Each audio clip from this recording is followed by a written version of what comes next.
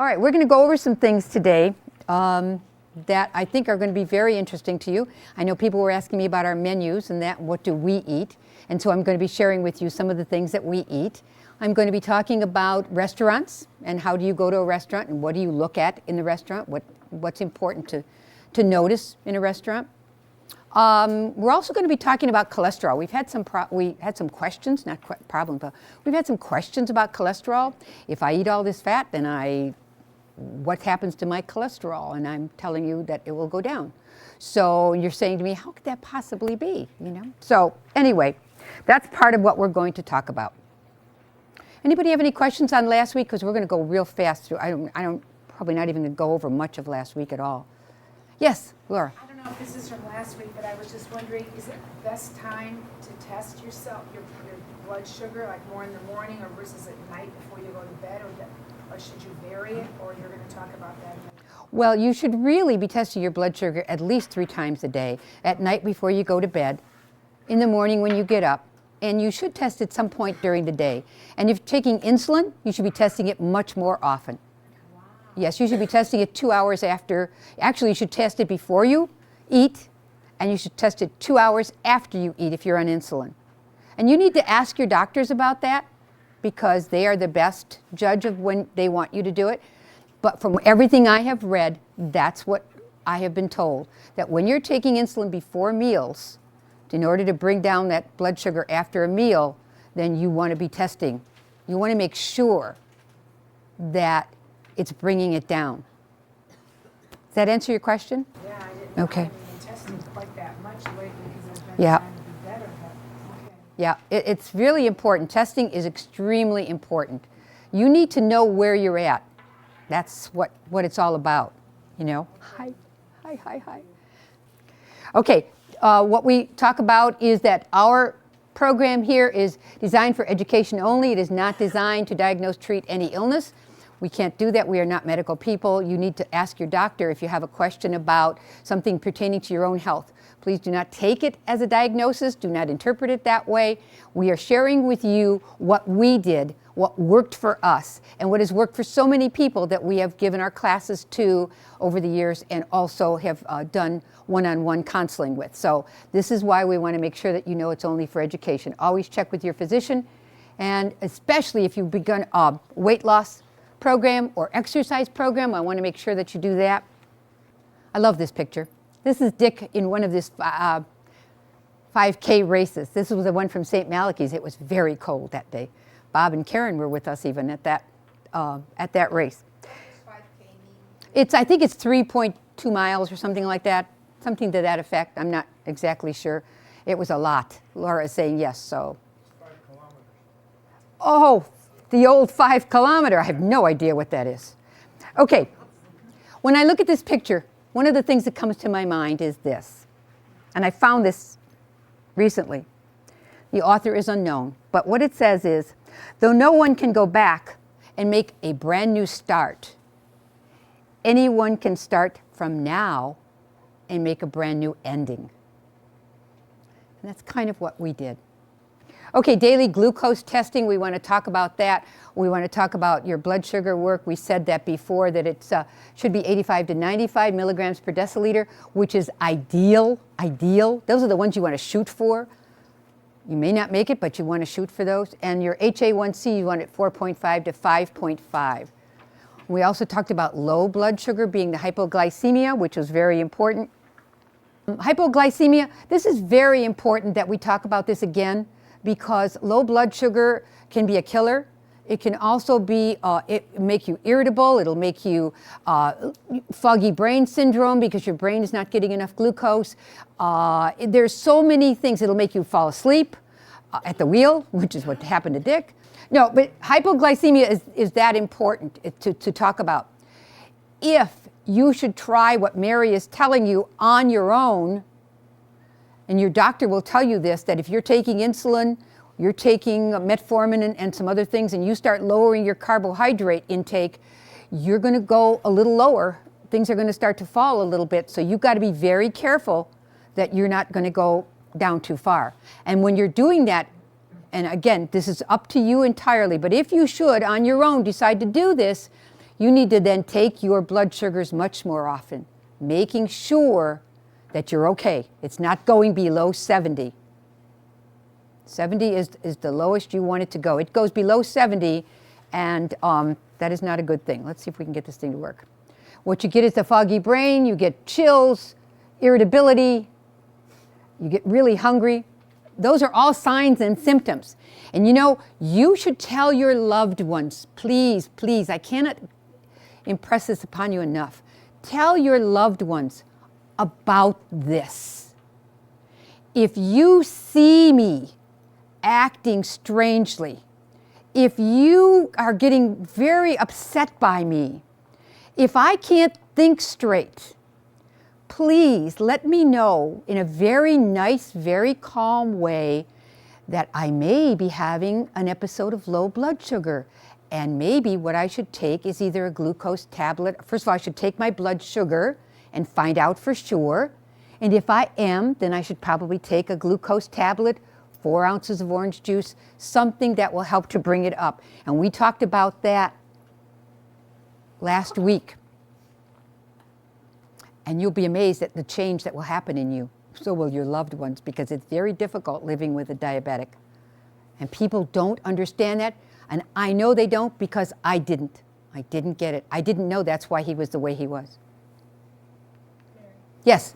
I just want to point out, too, you said, like, if it goes below 70. Mm-hmm. But for somebody whose blood sugar levels have been so high, and you Yes. say, because this prior to the class, I did it on I was reducing carbs, and had that problem where I just felt like I was going to pass out. I would take my reading, and it was still above 70, but it was hard. And I woke up straight out of a dead sleep, could barely get downstairs to my kitchen to get something because my legs felt like they were going to come out from under me. And took my reading, and it was like 86, but because my blood sugar was so high, so just I want to just Yes. caution people when even doing that, like it Yes. 70 may not, like you might be like, well, it's not down to 7, but it'll still affect your body because your blood sugar was used to be so high, where it's not to, like the doctors won't tell you it's high, it's low because it's not within the range of being Right. low, Right. but it's low to you.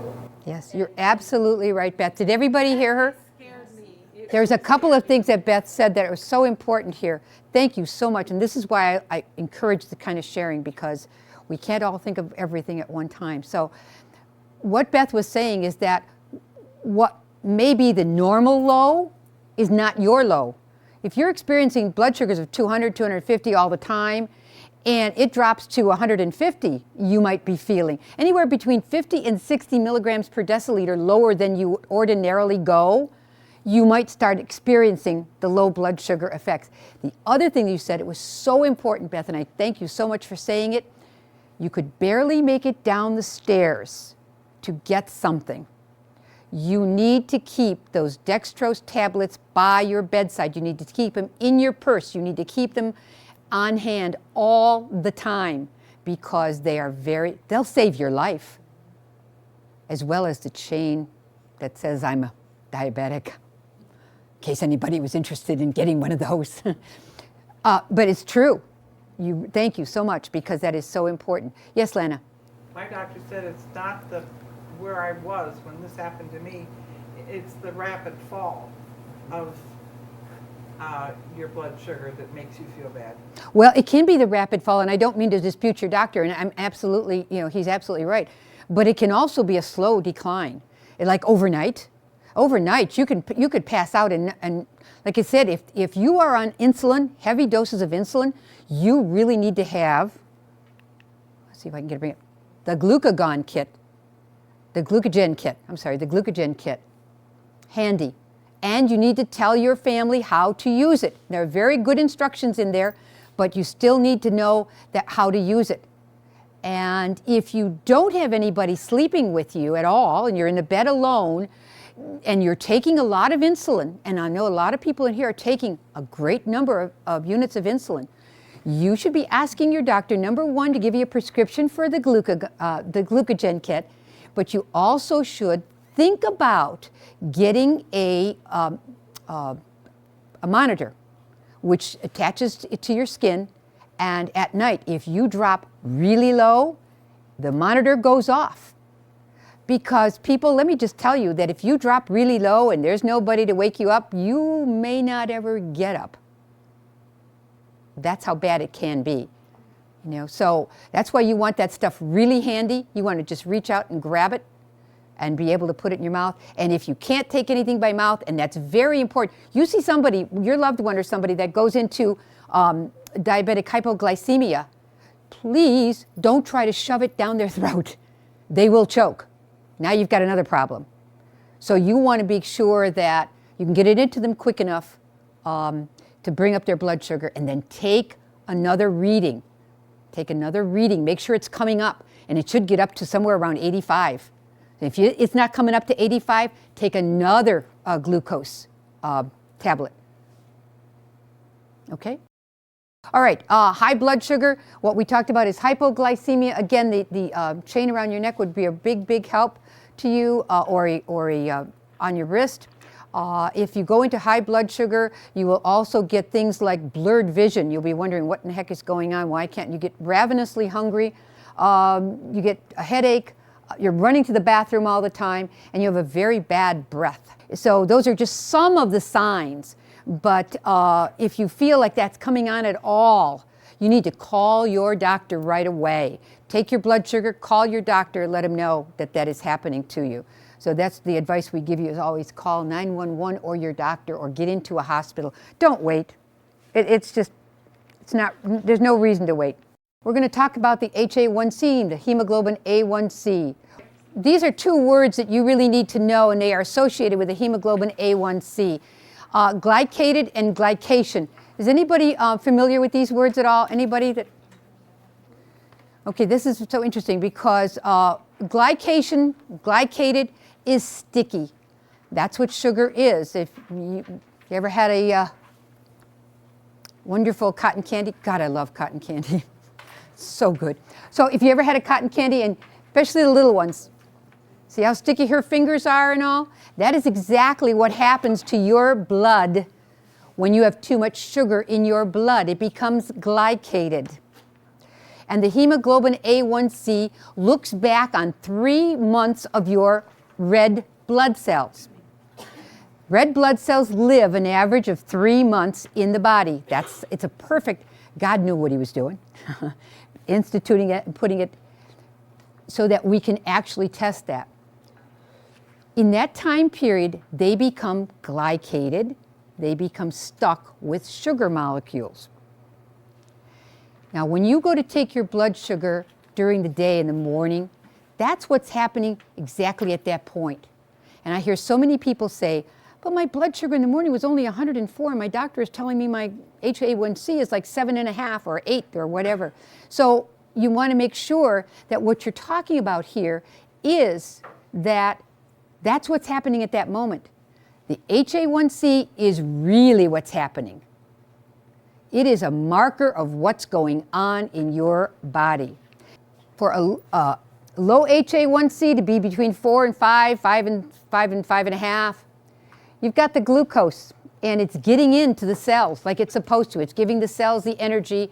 You're getting very little glycation around the blood cell. So very little of that glucose is sticking to the blood cell. That's good. That's what you want. When you come back with a high HA1C, this is what they're seeing at the lab. They're looking at your red blood cells, and they're seeing all kinds of glycation. And it's just sticking to it. And they can tell what's going on in your body over the last 3 months. So you can lie to your doctor all you want. Oh yeah, I had a 90 yesterday. When I got up in the morning, it was 90.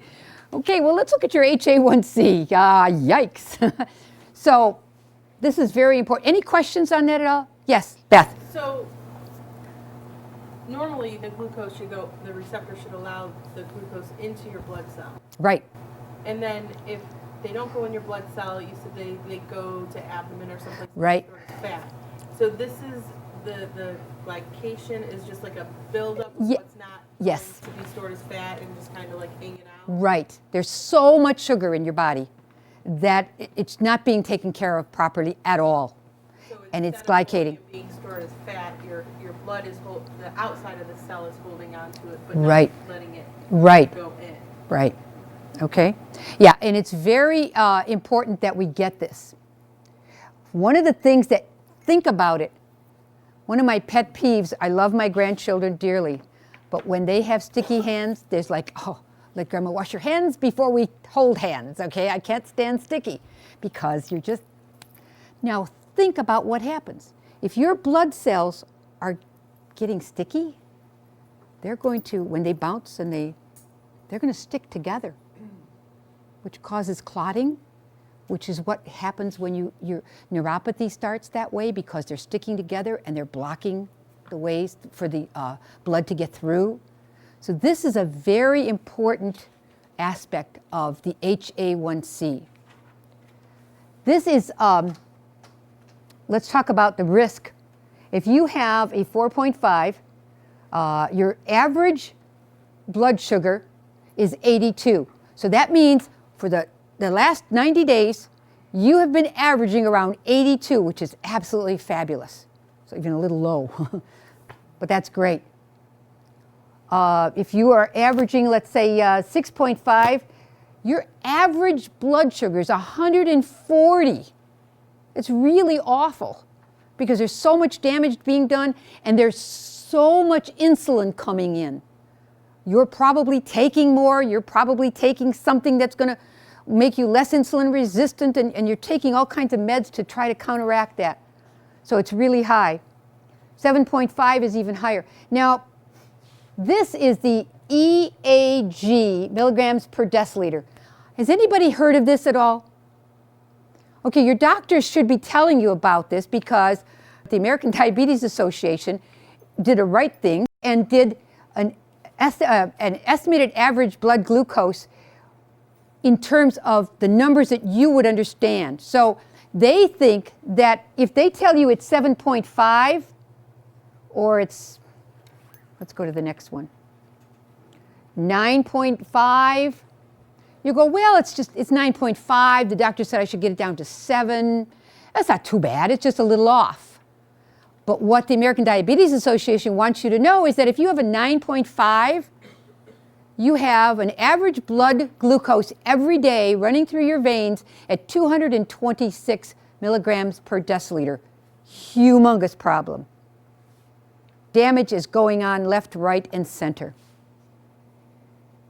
And your risk is very high. And as you can see, it just gets higher and higher the further up the continuum that you go. So you want to make absolutely certain that this does not happen to you. Yes, Laura.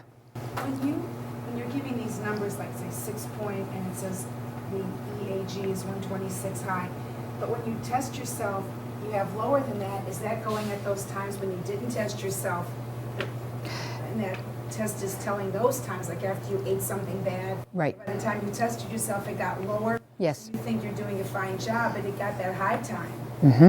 Your HA1C is really the big kahuna here. You really want to pay attention to your HA1C. And it's great that you're testing low in the morning or even at night, and that's great, and your sugars are going nicely and all that for you, but this is what tells you what's going on. Now, remember I told you I was going to tell you about what ages your body?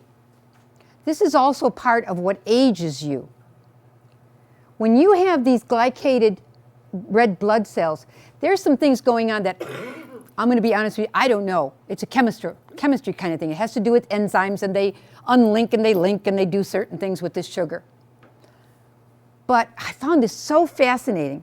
There's a thing called advanced glycated end products, which they then have used the acronym called AGES, A-G-S, A-G-E-S, AGES, that if you continue to have high glucose in your bloodstream, you have just speeded up the aging process exponentially. So you are getting older at a faster rate than somebody who is not a diabetic. Your skin starts to get all wrinkly and it starts to dry out. There's so many different things that happen. Of course, you're getting your retinopathy is possible, so you're getting cataracts faster.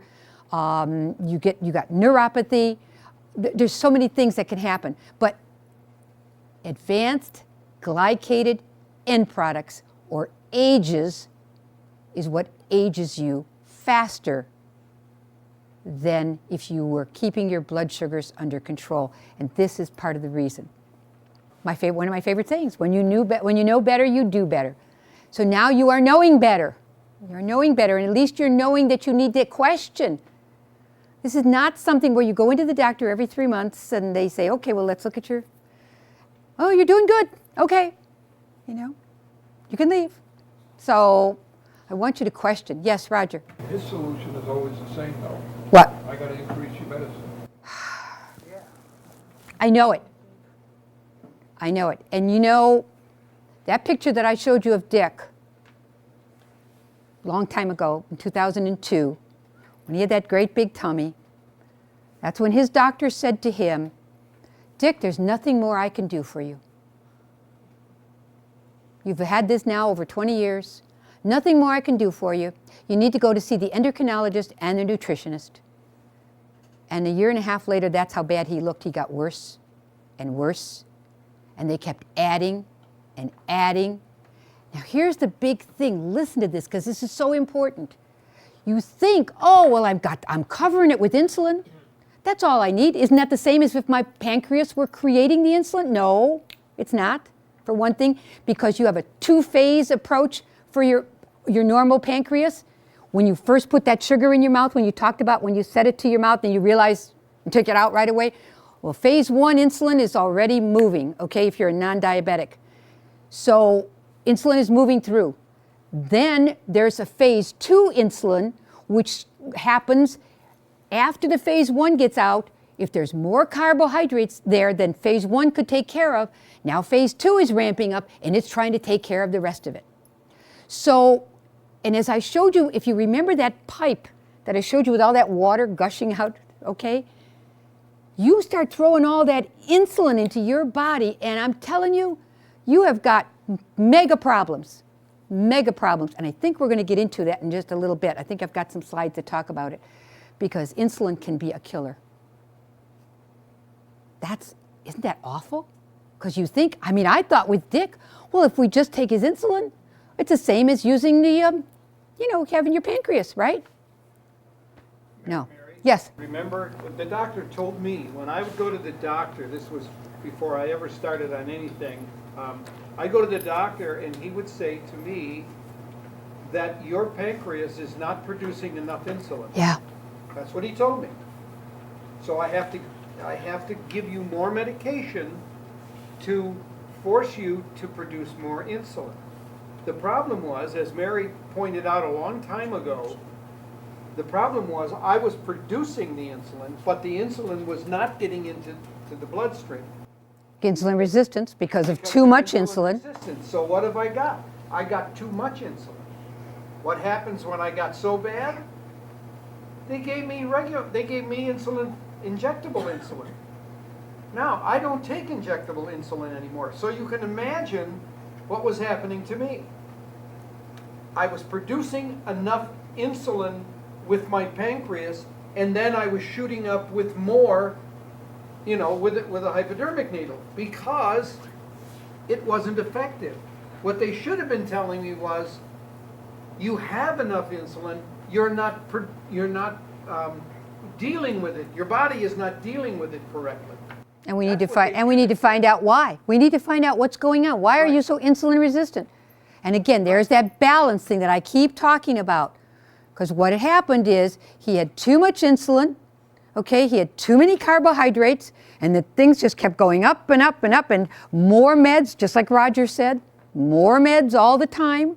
I mean, where do you stop? Where do you stop? You just keep taking more and more meds? And they are doing the damage too. Don't forget, if you're taking insulin, okay, and you're cutting back on your carbohydrates, you better find out what you need to do to adjust that medication, because you cut back on those carbohydrates and you're going to go low. You're going to go low. And I just really want to tell everybody that. It's very important. I hope everybody understands that. Right? Everybody gets that? Raise your hand if you get it. You get it? Everybody? You raise your hand? Okay. Because it's very important. Because your doctor is basing the medication on your HA1C and trying to get you to bring it down, okay? Trying to bring down your sugar levels because the body hates sugar. Got to take care of it. The problem, the paradigm that they're working on, though, is I just give more insulin and it'll help to bring it down. But it's not right. It's not right. Gary Taubes, the guy who wrote Why We Get Fat and What to Do About It, and Good Calories, Bad Calories, has the most wonderful blog. And if you look up Gary Taubes' blog, you will see that on his blog today, and he's had it up for about a month now, is about this very same thing and how he gave a lecture at a Pennington Biomedical Research Institute. And he talked about, he gave his 1-hour lecture the same as he did down at Ohio State when we were down there with him. And he said, an elderly gentleman got up, he was in his 60s, and he said, Mr. Taubes, are you trying to, and these are all doctors and PhDs and everything, are you trying to say that we're all idiots? He said, I wanted to say yes, but I was very nice. And he describes about what happens when the paradigm shift happens in medicine. First of all, you can't, my own interpretation of it, you can't see the forest for the trees. They're in there the whole bit. And he says it's somebody that's got to come from the outside that causes a paradigm shift to happen. And you know what? I can't help it because I'm such a Steve Jobs fan. I thought of Steve Jobs and the Mac when I read that. Think about it. If you don't even know who Steve Jobs is, you've heard about him in the news, okay? He was the innovator of computers for today, and that's what I'm running here, is Mac computers. The iPad, the iPod, all those wonderful things. Steve Jobs came along in the 70s, middle 70s, whatever. There was IBM. There was Windows. And you know what Steve Jobs said? I can do this better. We can make this better. Now, he had some gall-damn nerve, don't you think? They were already doing it. But he was the new voice and came in, and the world mourned his passing. So isn't it just possible that what we're talking about here is right? That they've got it wrong. I'm sorry, they've got it wrong. Dick's doctor, this was like the second or third one that we had, because your insurance changes, so you wind up changing doctors. She was like, after we did this, holy cow, what are you guys doing? This is working so great. She said, if I could get all of my diabetic patients to do this, I'd be a happy doctor. And I thought, yeah, you probably ought to work too. But, I'd be a happy doctor. And then she said to Dick, swear to God, she said to Dick, you are my poster child for diabetics. Because they should all be doing what you did. And that's why we're here today.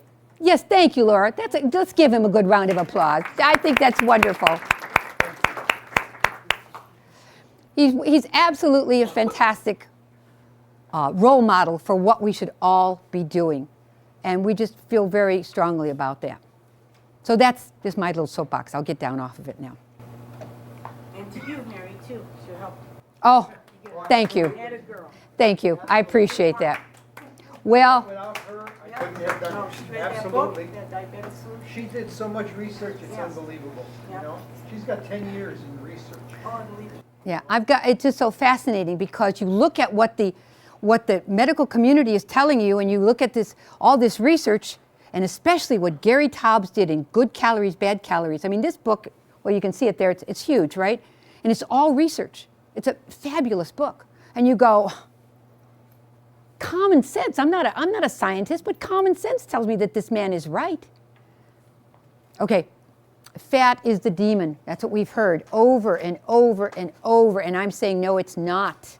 And I'm going to tell you why. And I think this was Janice's question, or was it Barbara, about the cholesterol. How come if I eat that fat, if I have that bacon and I have that sausage and I eat all that wonderful steak with all that fat on it, isn't my cholesterol going to go up? Fat is not the demon. We're going to explain why. Let's explore how cholesterol is made and why a low carbohydrate actually reduces it. Liver is the body's processing plant. What goes into the liver is repackaged, is taken care of, and is sent back out into the body so that the body can actually use it. So if you have, I'm going to get you the liver. This is your liver. What happens is the liver responds to guess what? Can somebody, what is the main hormone of the body? Insulin. Insulin. I can give another test next week. Write that down. Another test. Okay, no. The liver responds to the insulin. When you take in a high, let's just picture Thanksgiving meal, okay? You're taking in these dumplings and all this other wonderful stuff that you're taking in, the sweet potatoes and all that other good stuff, right? So you're having a high carb meal. So insulin now is starting to really respond, and liver is going, whoa, there must be a lot of sugar coming in. So it starts the machinery going, all right? And I'm going to be checking in my notes because I don't want to miss anything. The high carbohydrate meal equals lots of sugar. Let's see what happens to the sugar and why it's the villain. So we already saw that if fats come in, the pancreas puts out no insulin, right? Remember that? We're not going to have to go through that eating thing that we had. All right, if the protein comes in, the pancreas responds to protein with just a little bit of insulin because there is some sugar in protein, but it's much slower acting. But when you eat carbohydrates, the pancreas just absolutely just ramps up because it's got to get rid of those carbohydrates. When sugar comes into the liver, if there's an excess amount of sugar, which will happen with a high carbohydrate meal, or the fact that we eat so many carbohydrates, we eat carbohydrates we don't even know we're eating, like in the cereal slide that I showed you, right? Did you know you were eating sugar when you had the cereal and the milk and the orange juice? So sugar is coming in. Some of it is taken to the fat cells, some of it is going into the liver. Pretend this is your liver. When excess sugar comes into the liver, it now changes its name. It's like getting married. It changes its name. Now it's called glycogen. And the liver can only store so much glycogen. It's got a little spot there. It puts it there. And the reason it stores it is because when you're asleep and you're not eating, or you're sick and you're not eating, the glycogen is called upon. It says, oh, we need more sugar. The body is getting very low on sugar. We need more. So it's your storage area. It's also stored in the muscles as well, but the liver really is a great help in that regard. So when the sugar comes into the liver as glucose, it becomes glycogen. And the liver can only store so much glycogen. If you have excess glycogen, more than your little liver wanted to store, guess what it turns it into? It repackages it, because remember we said it's the packaging plant of the body. It's where a lot of stuff goes on. It repackages it into triglycerides. And if there is still more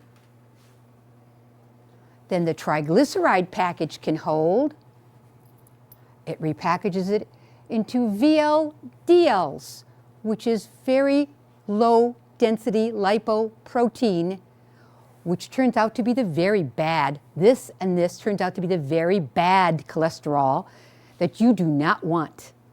because this stuff is so little, this is the stuff that runs into the arteries and nicks the arteries and causes the plaque to build up. Because plaque builds up in your arteries when it's nicked, and then it's like a scar tissue that forms. So you don't want that to happen, but that's what happens.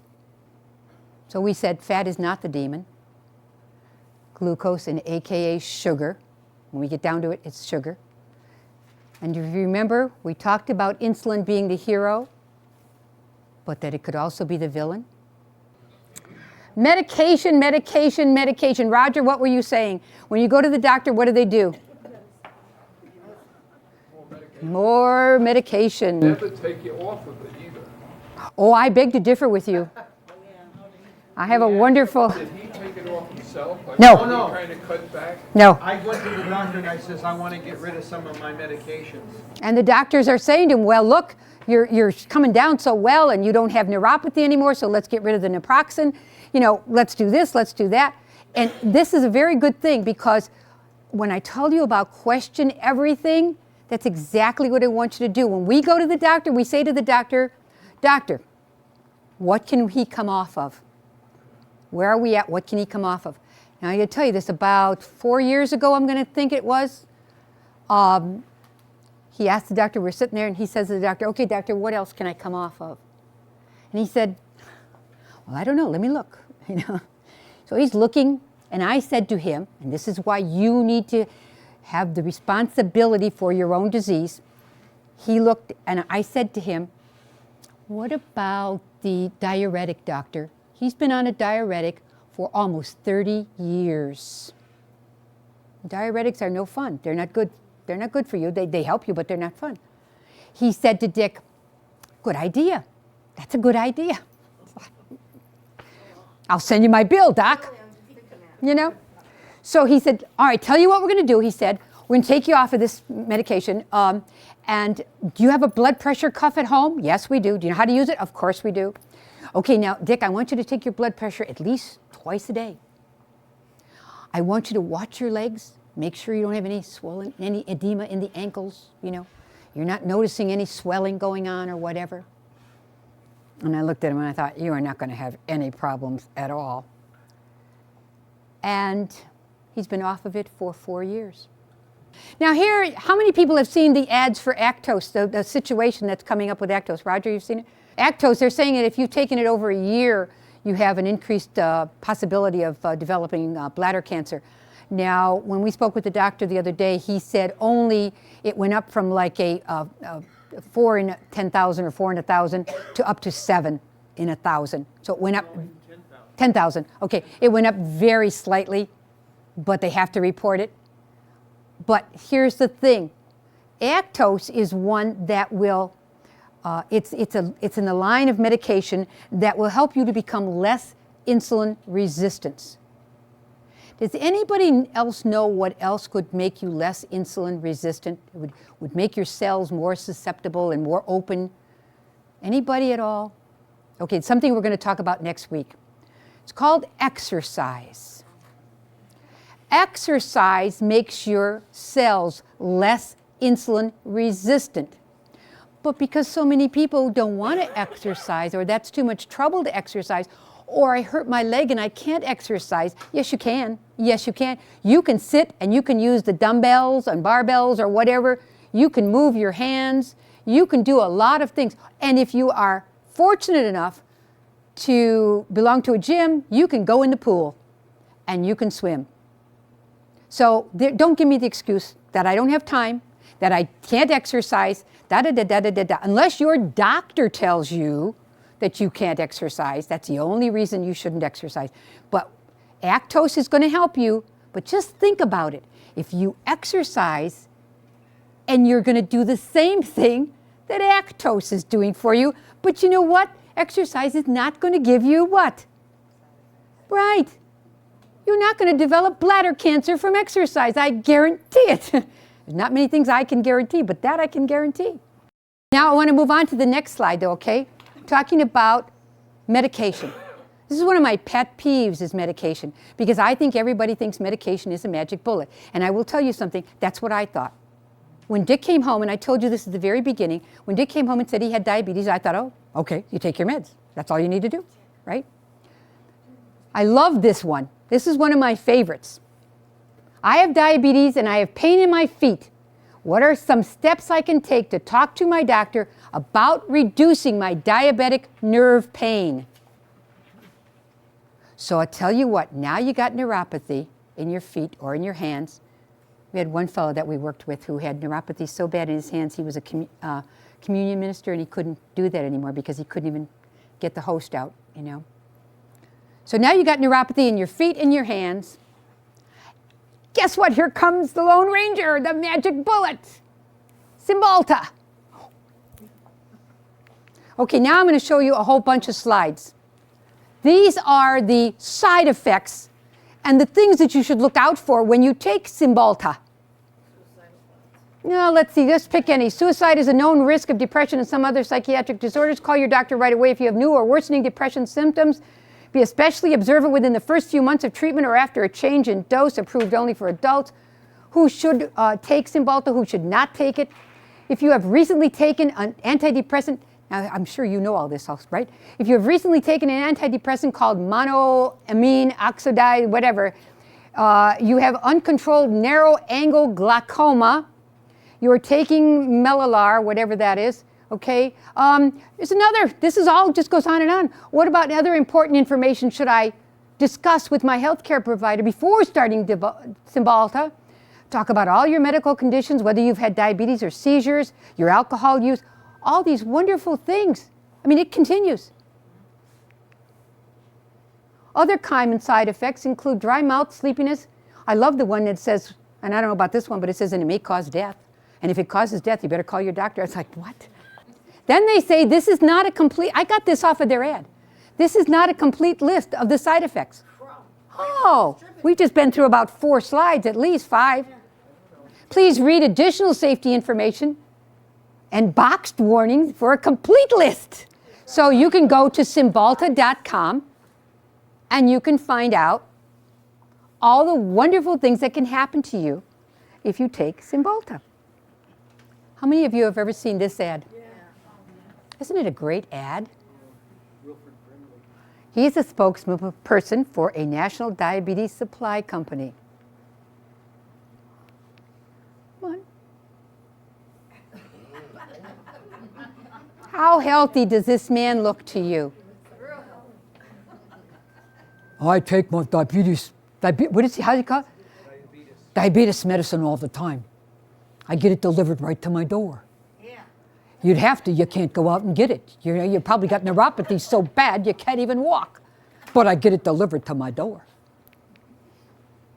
This is not a spokesperson for a national diabetes company, and how healthy does he look? I'm not making any money though. No, I know, well. It's the way it goes. Yeah, but think of all the good you're doing. Think of all the good you're doing. Yep. This ad here is what I have here. I'll pass it around if you want to get a better look at it. Saw this in the paper back in 2010, November 2010. Since the average patient eliminated 96% of their numbness and tingling, how well will this breakthrough device work for you? What is it? It's going to get rid of your neuropathy. Yeah. I have no idea. They said something here about, though, until December the 12th, 2010, you can get everything I've listed here for free. The normal price of this type of evaluation, including x-rays, is $236 and up. So you're saving a considerable amount by calling me now and taking this offer. We can get you scheduled for your neuropathy evaluation as soon as there's an opening in our schedule. Oh, we just had one open. Right? And this guy is a chiropractor. He's not a diabetologist, he's a chiropractor. So what I'm trying to prove here is you got a couple of ways you can go.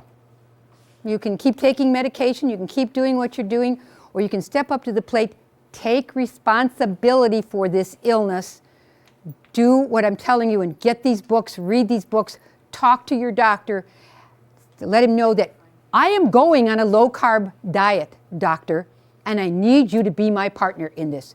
And please don't tell me, oh, no, no, no. It's like that one joke I told you, and that wasn't a joke, it was real. Where the woman lost 100 pounds, the doctor said, oh my God, you're doing so good. Holy cow, this is wonderful. Your lipids have come down, your HA1C is down to like 5 or whatever. You're doing so great. And he was so happy for her, and he said, how did you do it? She said, I went low carb. He said, oh God, don't do that, it'll kill you.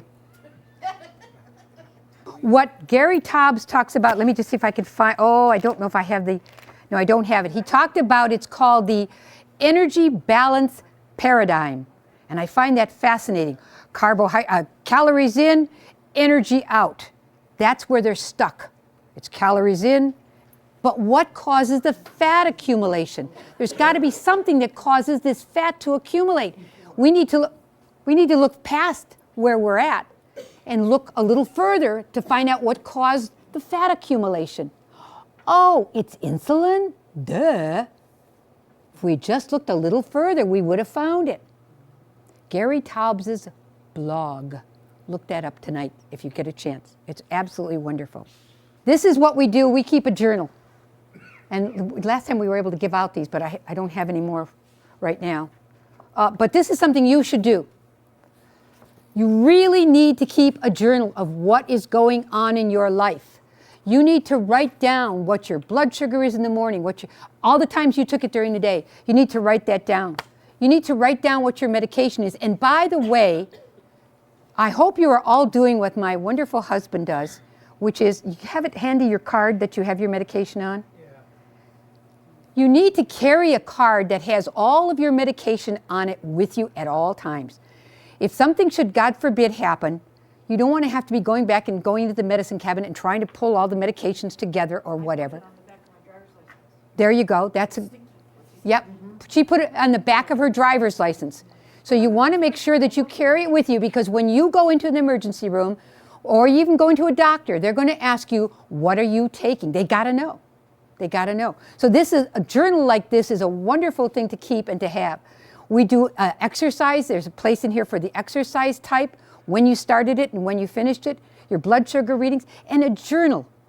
What was going on in your life today? Did something really upset you? Something really horrible? You got bad news? Or something just not going right and you felt just really awful? That can make your blood sugars go up. Have you been to the dentist and you got a root canal needed? That can make your blood sugars go up. So there's so many things. So you journal that. You write it in. Say, this is what happened to me. You also write what you ate for breakfast, lunch, supper. You write the amount of carbohydrates and the amount of points. And don't forget the serving size. We have a place for the serving size even. So these are all very important. When you go to your doctor, you just take your little journal with you and you can tell him, this is what I've been doing. And he or she will be blown away, because no diabetic takes care of themselves the way they're supposed to, and no diabetic keeps a journal like this. And this will help you immensely, because you will be able to look back. Like I said, the one gal that I worked with was at 85 units of insulin a night. We got her down to 60. And she said when she looks back in her journals and sees how much she was taking, and it's really great. Eating out at a restaurant. Let's talk about that. Okay, this is, now Applebee's has changed, of course, but Applebee's has a very nice nutritional information package. And what they tell you is that they are very committed to you. They want to make it very easy for you. And they will tell you, if you go on their nutrition site, this is brand new on their site, and they're going to tell you, we are happy to make any modifications or substitutions to your meal that you request, although these adjustments will impact the nutritional information detailed in this document. The following are tips to make your meal at Applebee's your way, as delicious as ever. Ask for reduced fat. Please don't ask for reduced fat dressing. Ask for regular dressing, please. But ask them how many carbs are in it. Ask for dressings and sauces. Ask for dressings and sauces to be served on the side. Substitute grilled chicken or shrimp in place of fried chicken or shrimp. So what they're saying here on their nutrition site is, we're happy to help you. We'll do whatever you want. Their nutrition site is so small as to, I don't think I have one with me even. So I went up to Kinko's for you and I blew these up. And if you want to get a chance, I'll bring them back with me next week, 2 weeks from now. I won't be here next week. And you can see what everything is. As a matter of fact, I'm going to show you how small it is. This is actually, I actually blew this up. So these are the different, the chicken, the calories, the fat, and the carbohydrates. Chicken tender platter is 105 grams of carbs. Chicken tender platter. What is it? Crispy orange chicken, 207. That's amazing. So you have to really be, yeah. Okay, so what we're going to do is we're going to look at some of this. Okay, let's look at what would be my very favorite thing to have. I chose now they're not making the chicken parmesan, they're making it in a stack or something. It looks like they just threw everything on them. They took my chicken parmesan away. Oh well. So if you ate the whole thing of onion rings, now let's be honest, 100% here. There's a lot of onion rings here. We're talking about a lot. So what you would do if you were going to so inclined to eat their onion rings is you would take the amount of onion rings divided by 181. And you'd get how many carbs are in each one of the onion rings that you're about to eat and not feel good about. Chicken Parmesan, 124 grams, and the triple chocolate meltdown. Yes, it's just cake and it's got gooey chocolate in the middle and it's horrible. So the total grams of carbohydrates in that meal would be 411. And it sounds more like it should be 911, so you could call the emergency. After you eat this, call it. So you have 411 grams, you divide that by 15, which is 1 carb or 1 point, equals 27.4 total points. Now if we eat 5 or 6 a day, points a day, plus 2 glasses of Coke, I never thought of that. You're right. 6 more, that's right. Yes, thank you, Bob, that is absolutely right. So we're talking about 27.4, and that was just your dinner. Yeah. So what did you eat before that? And now the doctor's going to say, we need to put you on insulin. We need to give you more medication. What could you have had? What could you have had? Does that mean I can't go out anymore? Oh my gosh. You could have had the classic wings, classic buffalo wings. They're 9 grams. House salad has 12 grams. And the house sirloin, 9 ounce with vegetables, has 2 grams of carbohydrates in it. That's not a bad meal. Would you say it's a bad meal? No. I think that's a very good meal. Total grams of carbohydrates is 23. Total points? Wow. Saved like 25 points. That's what I want you to get. I want you to understand. I'm going to give you a couple of our sample menus. We do have them, don't we? Okay. I'm going to give you some of our sample menus. I can't tell you what to eat. You have different tastes than I do. But what I want to share with you and what I want to show you is how you count it. You say, okay, I'm going to have 5 points today. I'm going to have 9 points today.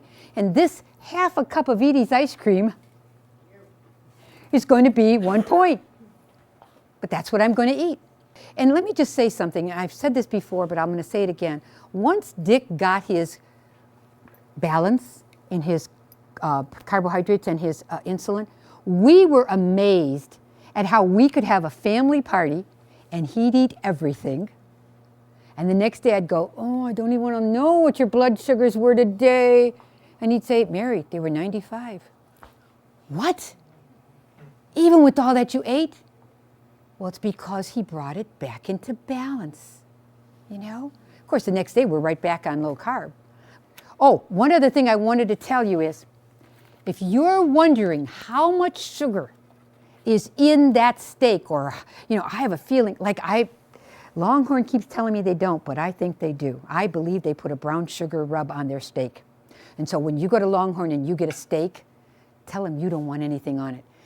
You want to make sure that that steak has nothing. And if there's any sugar in their prairie dust, you want to know that because they sprinkle prairie dust on it. And you saw what Applebee's said, hey, just ask us. We'll be happy to tell you. We don't want you to get out of here sick, and we want you to come back.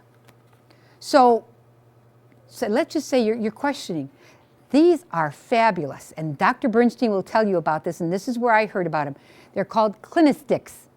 Clinistix. C-L-I-N-I-S-T-I-X. Clinistix. They are a little stick that, I heard about this from Dr. Bernstein. I have not used it yet because I just haven't. But if you ever had any kind of a concern, you said, oh, I wonder if that is sugar related.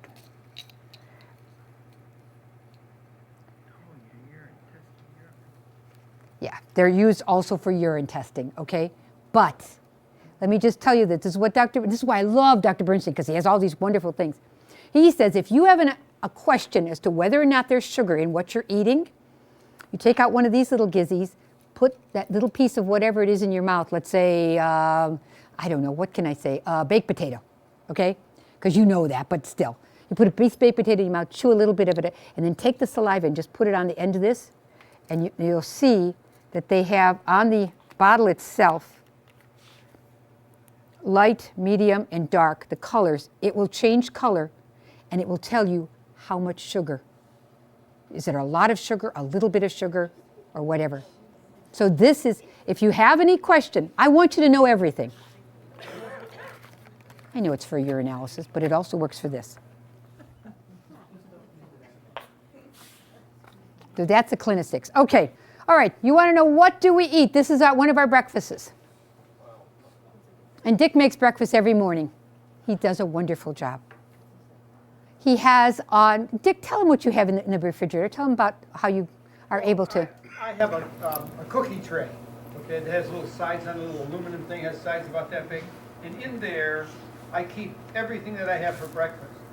I have bacon, and I have fruit, and anything that I'm going to eat just about every day, I just put it in there. So when it's time to make breakfast, I just open the refrigerator, take the whole tray out, and work from the tray. And then I put it away, so I don't have to go looking for all this stuff, because it drives me crazy to have to look for stuff. So Right. I like to be organized, so Oh, does he ever? I put it that way, and it works really good for me. Yeah, and it's really so important, because if you're working or you've got some places to go, things to do, people to see, you need to be very well organized, all right? So if you have this ready for you, you know where I learned this? I learned this when I was a kid working at Marymount Hospital. You work at Marymount at all? You did, Mary Ann. Yeah. And everything was set up for the next meal. Before we left, we were the dietary girls. I guess I've always been in dietary.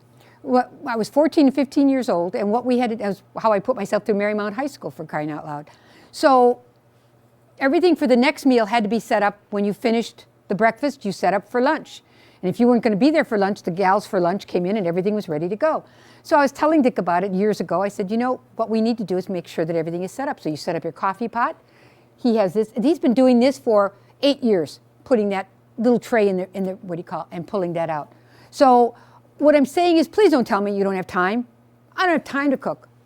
I don't have time to go exercise, because that's just hogwash. Because you know what? You'll have time to see your doctor. You'll have time to go to your pharmacy. You'll have time to go in and get your Charcot foot taken care of. If you fail to plan, you plan to fail. If you fail to plan, you plan to fail. That is as easy as it can be. This is a lunch that we have. There's just a plain old hamburger, some cottage cheese. Now, when you go to get your cottage cheese, do not get Light and Lively. Do not get a diet cottage cheese. Go and get Giant Eagle's 4%. The more milk fat in that diet, cottage cheese, the better. The less carbohydrates that are in it. And I think in Giant Eagle's, a whole half a cup of cottage cheese is like 4 grams. So a half a cup of cottage cheese is only 4 grams. And then a wonderful salad with all kinds of great things in it: broccoli, cauliflower, a little tomato. You got to watch your tomatoes, because tomatoes are fruit. Different kinds. And then I'm using the regular Ken's Steakhouse ranch dressing. And again, that's probably about 2. And you'll see it in my handouts that I have there. Here's another kind of a nice lunch. Crystal Light. A nice salad, some cheddar cheese, a couple of carrots. Watch your carrots, watch your carrots. Carrots are good, but you want to watch them. They are a root vegetable. Anytime you have a root vegetable, a potato, a beet, a carrot that you've pulled out of the ground, it's much more sugary. It's got a lot of sugar in it. So you want to eat it, but you want to count it. So you can see that, okay? This is what we used to eat for dinner. This is my beef stew, people. This does not come out of a can, okay? Oh, it's so good. And when you come back in 2 weeks, I'm treating everybody to a dish of my beef stew. And we will have 911 on hold. Oh, I'm telling you, I love to cook. And you have it over noodles. Oh, this. Now, wait a minute. We don't eat this. This is before. Time out. Thank you very much, Janice. I want everybody to be wide awake and hear me. We do not eat beef stew anymore, except once in a while, I will break down and I will make it. Especially when Bob asks me, Mom, can you make me a big pot of beef stew? And then I always take out some for us. Yes? Couldn't you eat that without the noodles? Okay, let's look at it. Good question. Tiny bit of potato. Oh, I love it. Oh, Lord, just like I told you to ask me. No, listen, this is a great question. Couldn't I just eat this without the noodles, right? Because the noodles, I mean, pasta, oh, you cannot believe how much there is in pasta. It's astronomical. Okay, so let's say we left out the noodles, all right? And now we've got carrots, we've got peas, we've got corn, we've got roast beef, Potatoes. we've got potatoes, and we've got a mixture a thickening, which was done with flour. Oh. You know how when you break up with your boyfriend and you said, well, okay, you know, we're done. I mean, this is not going to work. You got to make a clean break. Well, that's what you got to do with this. You got to make a clean break. And the cleaner you stay for a month or 6 weeks or 2 months, the more you stay away from the carbohydrates, the less you're going to want them. Let me just tell you that the reason that they are addictive is because when you eat a carbohydrate, it releases serotonin. You know what serotonin is? It's the pleasure part of the brain, the pleasure chemical. So when you're feeling stressed and you put a candy bar in your mouth and you go, I can handle this. It's because it released the serotonin, and you're going to feel good for about a half an hour to an hour. After that, you're going to be looking for something to eat.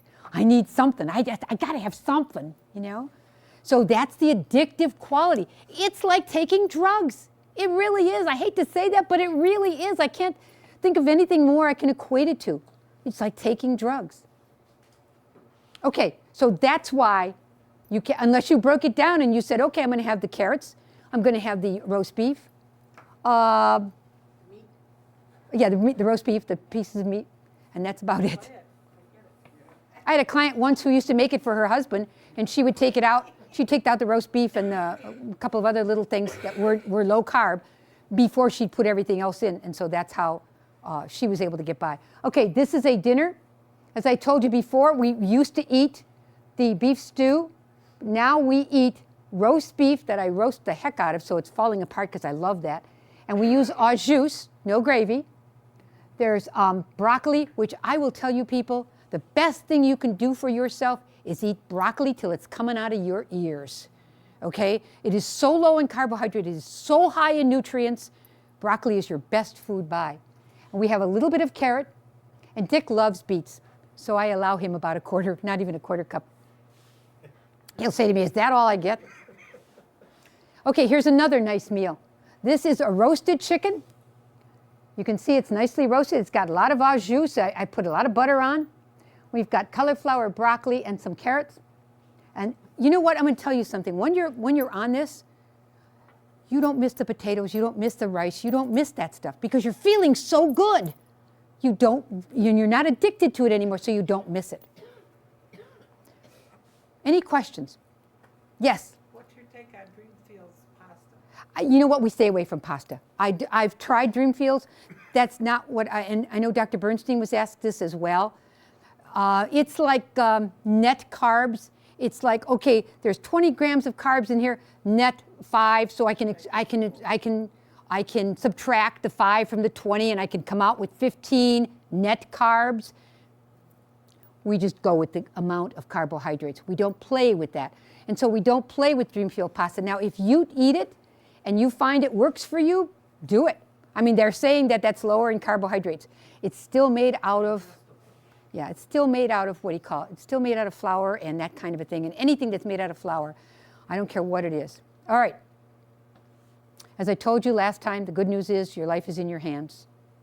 The bad news is your life is in your hands. And I wish I could go home with each one of you. And I wish I could wake up in the morning and do what I do with Dick, and I say to him, what's your numbers? First thing, what's your numbers, right? You can choose to either have this kind of a life, which is what we had almost 9 years ago now, or this. It makes a big difference. Pardon me? Who was with him in the other slide? That was Go Mary. back to, That's Mary. that's you? Uh-huh. That's Mary, yeah. Wow. Yeah. Let me just tell you something. When my husband came back to me, it made a big difference in my life. I didn't realize the irritability that I was living with. It was very traumatic, and you just don't care anymore. So you can have your choice. Now, this is something I want to leave with you tonight, is this. Now, if you've probably heard this, I'm sure you have, but it is my parting shot with you. There was an old man who was a very, very religious man, and he lived in the South, in Mississippi. And the big flood came, and the boat came, the rescue boat came, and the water was up to his porch. And the rescue people said, come on, Joe, get in, get in. And he stood on his front porch and he said, you don't understand. I'm a very religious man. I have a deep faith. God will save me. So they go away. They're like, oh my God, you know, you're nuts, you're nuts. Okay. So now the water is rising some more. He goes up to his bedroom, second floor. Another boat comes along. Joe, you got to get in. They're going to say the dam is going to break. Nope, you don't understand. You people don't have the faith that I have. Water keeps rising. He gets up on the roof. Third boat comes. Joe, get into the boat. I'm telling you, this water is rising rapidly. He said, God will save me. I have faith. Water keeps rising. Joe dies. Joe dies. First thing he sees, God. Wait a minute. I have all this faith. You were supposed to save me. God says, I sent 3 boats.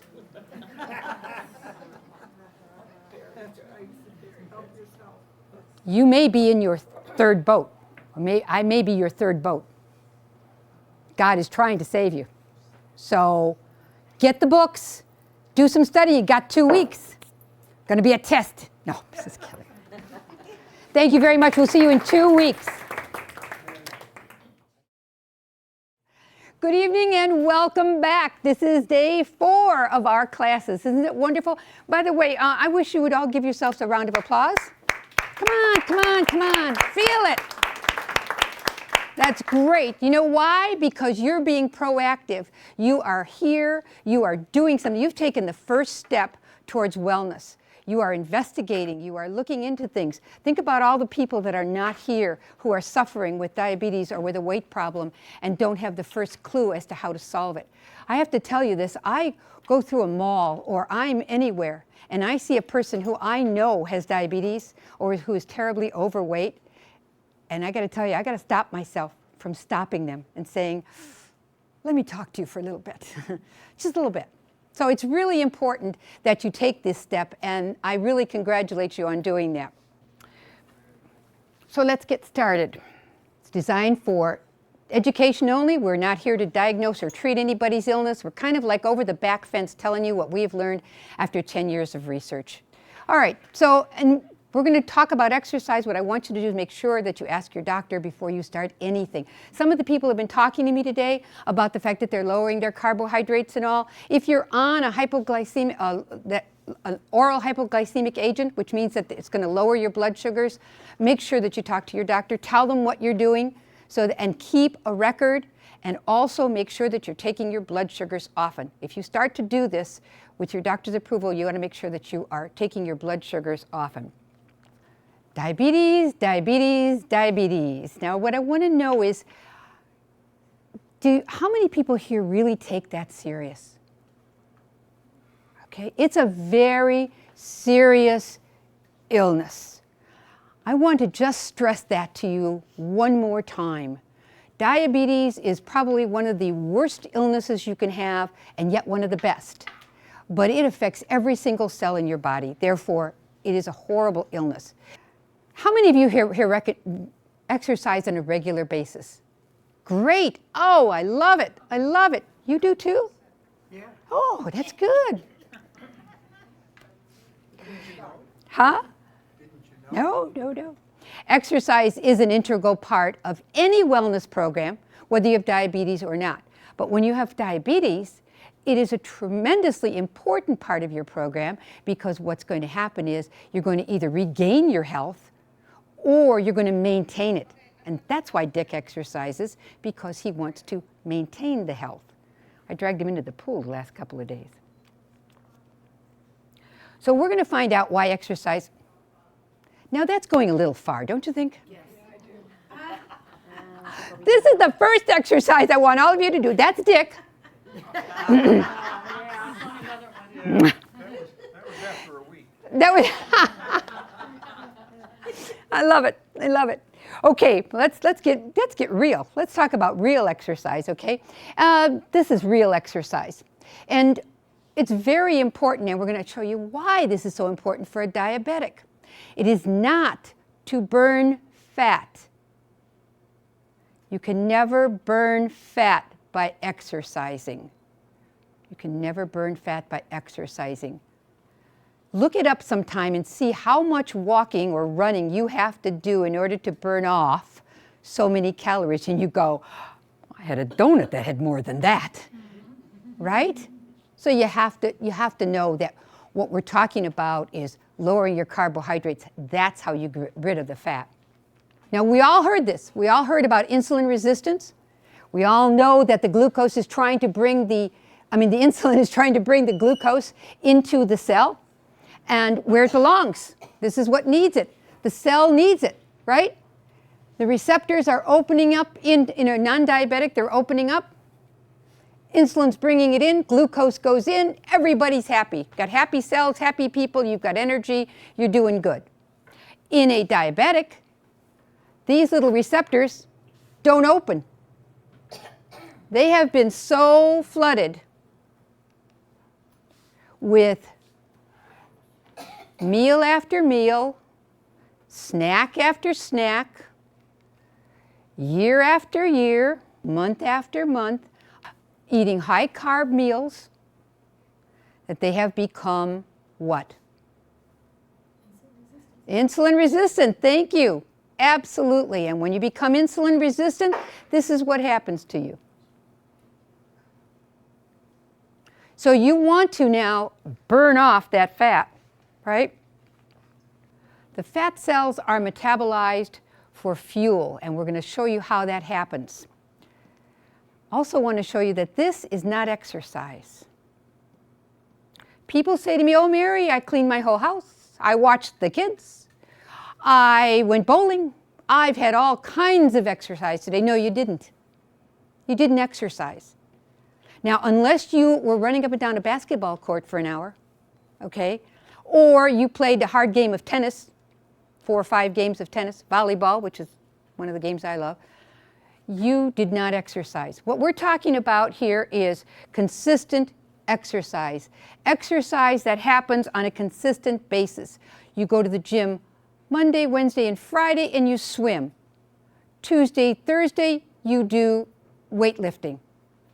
And you do that for half an hour the first time, 35 minutes, you keep adding a little bit more and a little bit more to your time when you're at the gym, a little bit longer in the pool. See how far you can go. See how far you can take it. Don't ever overdo it. When you overdo it, that's a disaster. So I don't want you to go to the gym and it's like that guy. Do you remember the guy on TV where he would run around? He saw that they had the big doctor's scale.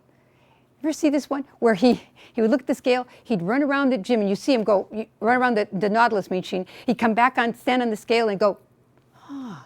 He didn't lose anything, right? So I don't want you to be thinking, oh, I'm going to go to the gym, I'm going to lose weight. No, no, no, that's just not going to happen. If you're doing all the exercise, that kind of thing is going to help you tremendously because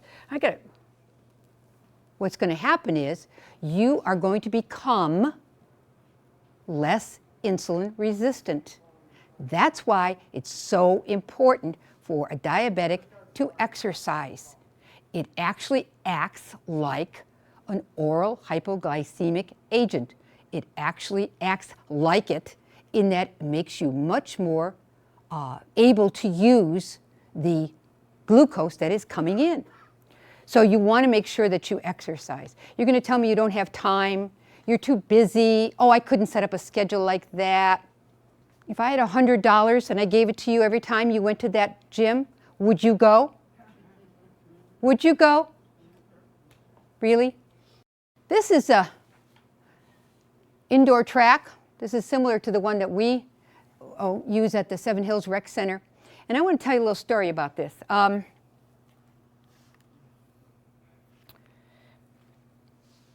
If you're a non-diabetic, you want to say to yourself, well, do I still need to count my carbs if I'm going and exercising? So this is a story I want to tell you. We had a fella who was at the gym. He was grossly obese. Well, that's a bad word. He was morbidly obese. And I'm going to call him Randy because that's not really his name. And Dick and I would go up in the morning, 6:30, 7 o'clock in the morning, and Randy was new to the gym. I mean, it was like, wow, we haven't seen this guy before. And so we kind of watched him and we were like really impressed with him because he was so obese. Randy could not walk the track, which was, by the way, it's a 1/12 around the track. He could not walk it. He would waddle it. And it was very difficult for him to get around. And I gave him a lot of credit. We watched Randy for about 9 or 10 months. And he would go around the track once, and then he'd have to sit for maybe 15 minutes before he could get up enough energy again to go around again. So after about 10 months of seeing him, we kind of struck up conversations. And of course, I asked him if he was diabetic. And he said no. And he was telling me what his HA1C is and everything. I said, wow, that's great. I'm surprised, but that's really great. He was big all over. And diabetics are usually big in the front. So I gave Randy a short little lesson in low carbs. I said to him, well, Randy, how about if you try this? This is what works for us. Because I told him, I said, you're doing so well. He said, boy, I wish I could do what you guys do, because we make it around in a minute and something, whatever. And I said, no. So I said, try this low carb. So we were off from the gym on vacation and that for a couple of weeks. And when we came back, it was about a month, because sometimes you miss people at the gym. It's about a month before we saw him again. He was so excited. He threw his arms around me, Mary. He said, I lost 15 pounds this month. I wasn't able to lose anything in the 10 months I've been coming here. And now I've lost 15 pounds this month. And then he lost, within the next 3 to 4 months, he lost, was like 30 or 40 pounds, something like that. And it was wonderful. That's what I love about doing this. It's just so exciting. Okay, another reason for exercise. Serotonin. Anybody ever hear about serotonin? Okay. Can anybody tell me what serotonin is? Okay, I don't want to put you on the spot. What serotonin is, it's a neurotransmitter in the brain, and what it does is it makes you feel real happy. Makes you feel safe, secure, and happy.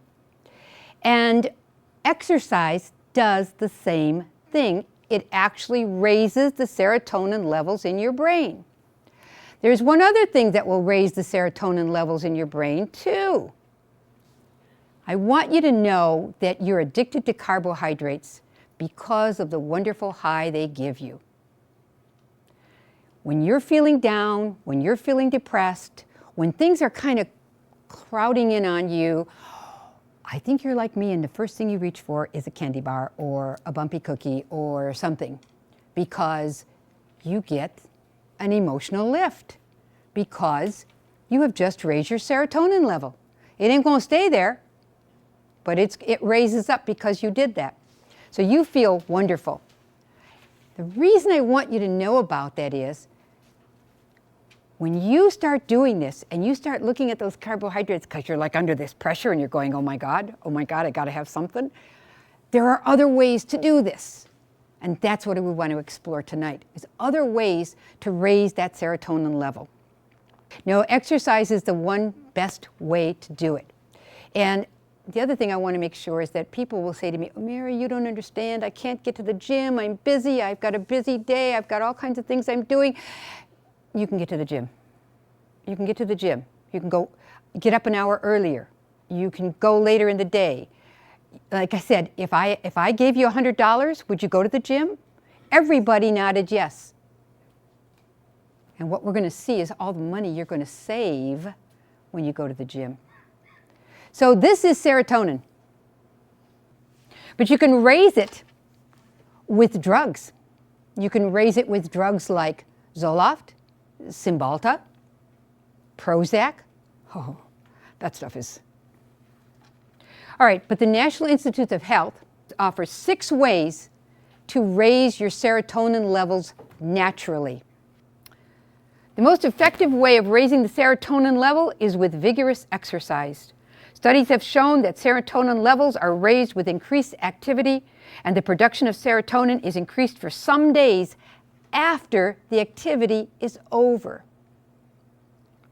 This is the safest way of increasing serotonin levels, and there are numerous benefits to be gained by regular exercise. I can just see everybody going, oh, I feel like people are turning the light bulbs off. No, I don't want to hear this. No, I don't want to hear it. Believe me, it is the best thing you can do for yourself. When we go in the morning, when I get home, I know Dick feels the same way. You actually feel so fantastic. You are getting in touch with your body, for one thing. You're making it move and do things it wasn't going to do. And you are so much better off for it on a daily basis. Number 2, bright light. Take a walk outside in the morning to get the most sunlight that you possibly can. Number 3, a positive attitude. Now, I love this one. I love this one because I think this is so important.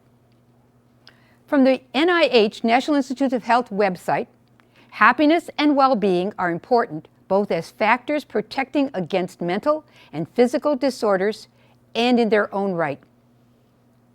Another thing that they say, which I love, negative moods are associated with negative outcomes. You are what you think you are. The World Health Organization states health is a state of complete physical, mental, and social well-being, and not merely the absence of disease or infirmity. So you got to feel good. Otherwise, you're not in good health, right? So, and you don't have to raise your hand, but I want you to ask yourself, on a scale of 1 to 10, 10 being fantastic, how good do I feel right now? How good do I feel? How alive do I feel right now? And if the answer is a 1 or a 2 or a 4, I can tell you what I feel. I feel a 10. I feel a 10. Couple more. Positive mood within the normal range is an important predictor of health and longevity. Number 4 is get 6 to 8 hours of quality sleep a night. When you sleep, you go into the alpha and the beta sleep, and you go into REM sleep, which is when you're dreaming. That's when your serotonin levels start to come back up. So it's very important. And if you have interrupted sleep, you got to start all over again with the alpha or whatever numeric. I don't know how it goes.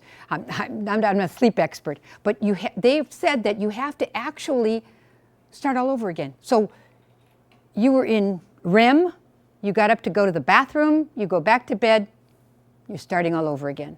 So you need a good quality sleep, 6 to 8 hours. I wonder if I asked how many people actually sleep that long. Would you raise your hands if you sleep 6 to 8 hours? Wonderful, wonderful. We got 3 or 4, great. But most people don't. I don't. Number 5 is set aside time for relaxation and fun. What a concept. How many of us do that? Too busy. I'm going to have some fun just as soon as I get this done. I'm going to have some fun just as soon. Oh, yeah.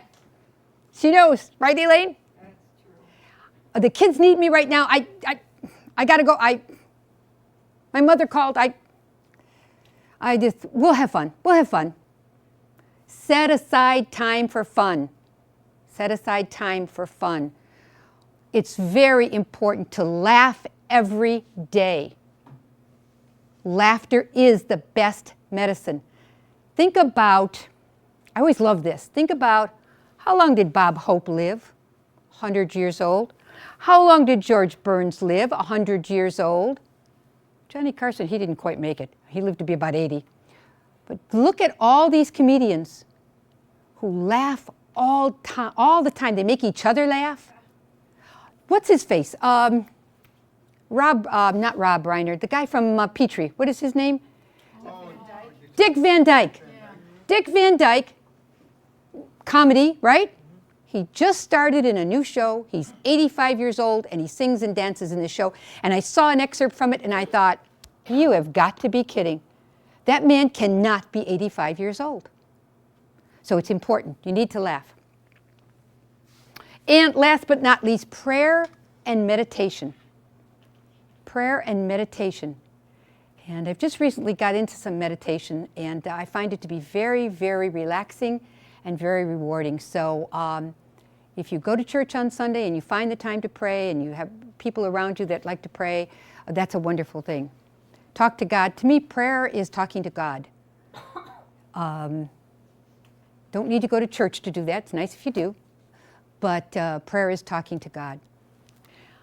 I honestly have to tell you that I truly believe that exercise is the fountain of youth. I just feel, well, coupled with a low carb, I am 70 years old and I feel 35. So, especially when I get finished exercising, it just makes me feel great, just great. So, I think Dick and I both feel like exercise is the fountain of youth. I have to share this with you. This is when I was 62 and I never learned how to swim in my life. And she said, you know what? I'm going to learn how to swim. And I took swim lessons. And I love it. I love it. I was always too busy with the kids to learn how to swim. How do you? Fountain of youth? I think so. Almost seems like those pictures ought to be juxtaposed, right? They ought to be, this should be the before and that should be the after. It's the other way around. That's why I know this works. I've seen it work so many times for so many people, not only for us. Okay, we're going to look at, some more at serotonin.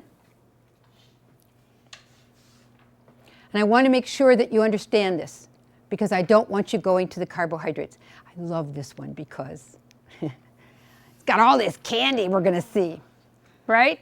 And we'll be passing the candy out in just a little while, right, Dick? We've got that. And Yeah, that's what he went back for. that's what he went home for. Yeah, it's in my car. Yep. Meant to surprise you. Okay, so I'm going to go through again, exercise. Oh, this for Janice. Bright light. a positive attitude, relaxation and fun. Is that 5 to 6 hours, or it's number 5, 6 to 8 hours of sleep, prayer and meditation. What I want to show to you is about gym membership versus medical bills for diabetes and supplies. I found this to be very, very interesting. This is a lady, it was in the in the LA Times. Her name is Karen. She was diagnosed with type 2 diabetes 10 years ago. In the story, it said diabetes patients spend an average of $6,000 annually for the treatment of their disease, and that's according to the Consumer Reports Health. The CDC estimates that diabetic patients on average pay twice as much as those without the illness for health care. And you can attest to that. If you have diabetes, you know. What happened is she had to sell her home in California and move in with her daughter in Arizona because California wouldn't cover her, the rest of her bills. Her savings were depleted in 10 years on co-pays and supplies for meds that Medicare didn't cover in California. She said she had enough to get by on, but not enough to cover or manage a chronic illness. So now, what was the problem with paying for a gym membership? Still think it's too expensive? This is from the Seven Hills, because that's what I know. We're going to look at that. Yeah. Senior citizens pay $50 a year here, which is great. You have to be 62 or over, but it's $50 a year. This is for non-resident information. We're going to look at that. A single person is $375 a year, and a married couple is $575. Now, $575 as opposed to what, $6,000 that you're paying, and you're going to feel wonderful that's the benefit, the offshoot benefit is you're going to also feel wonderful. You're saving money, you're going to feel wonderful. Somebody tell me where the downside is. Anybody? Nobody can tell me what the downside is. Because you know why? There isn't any. There you go. There's also a thing called silver sneakers. And I think Janet mentioned that the other last week or so. Silver sneakers is wonderful, and it's according to certain health care. And what's really great about silver sneakers is that you get into any facility that has the Silver Sneakers program in it. Dick and I could go up to Middleburg Heights. Strongsville still doesn't have it. I wish they would get it.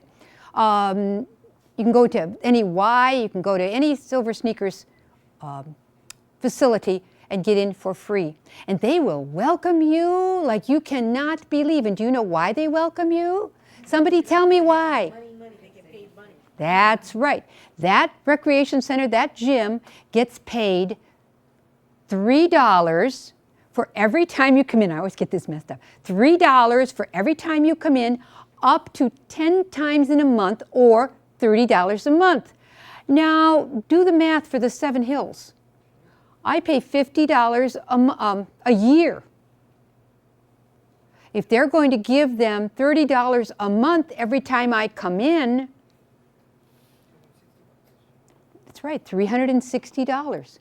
Thank you, I couldn't think of it. You're such a good help. $360 instead of my measly $50. And they're happy to pay it. You know why Silver Sneakers is happy to pay it?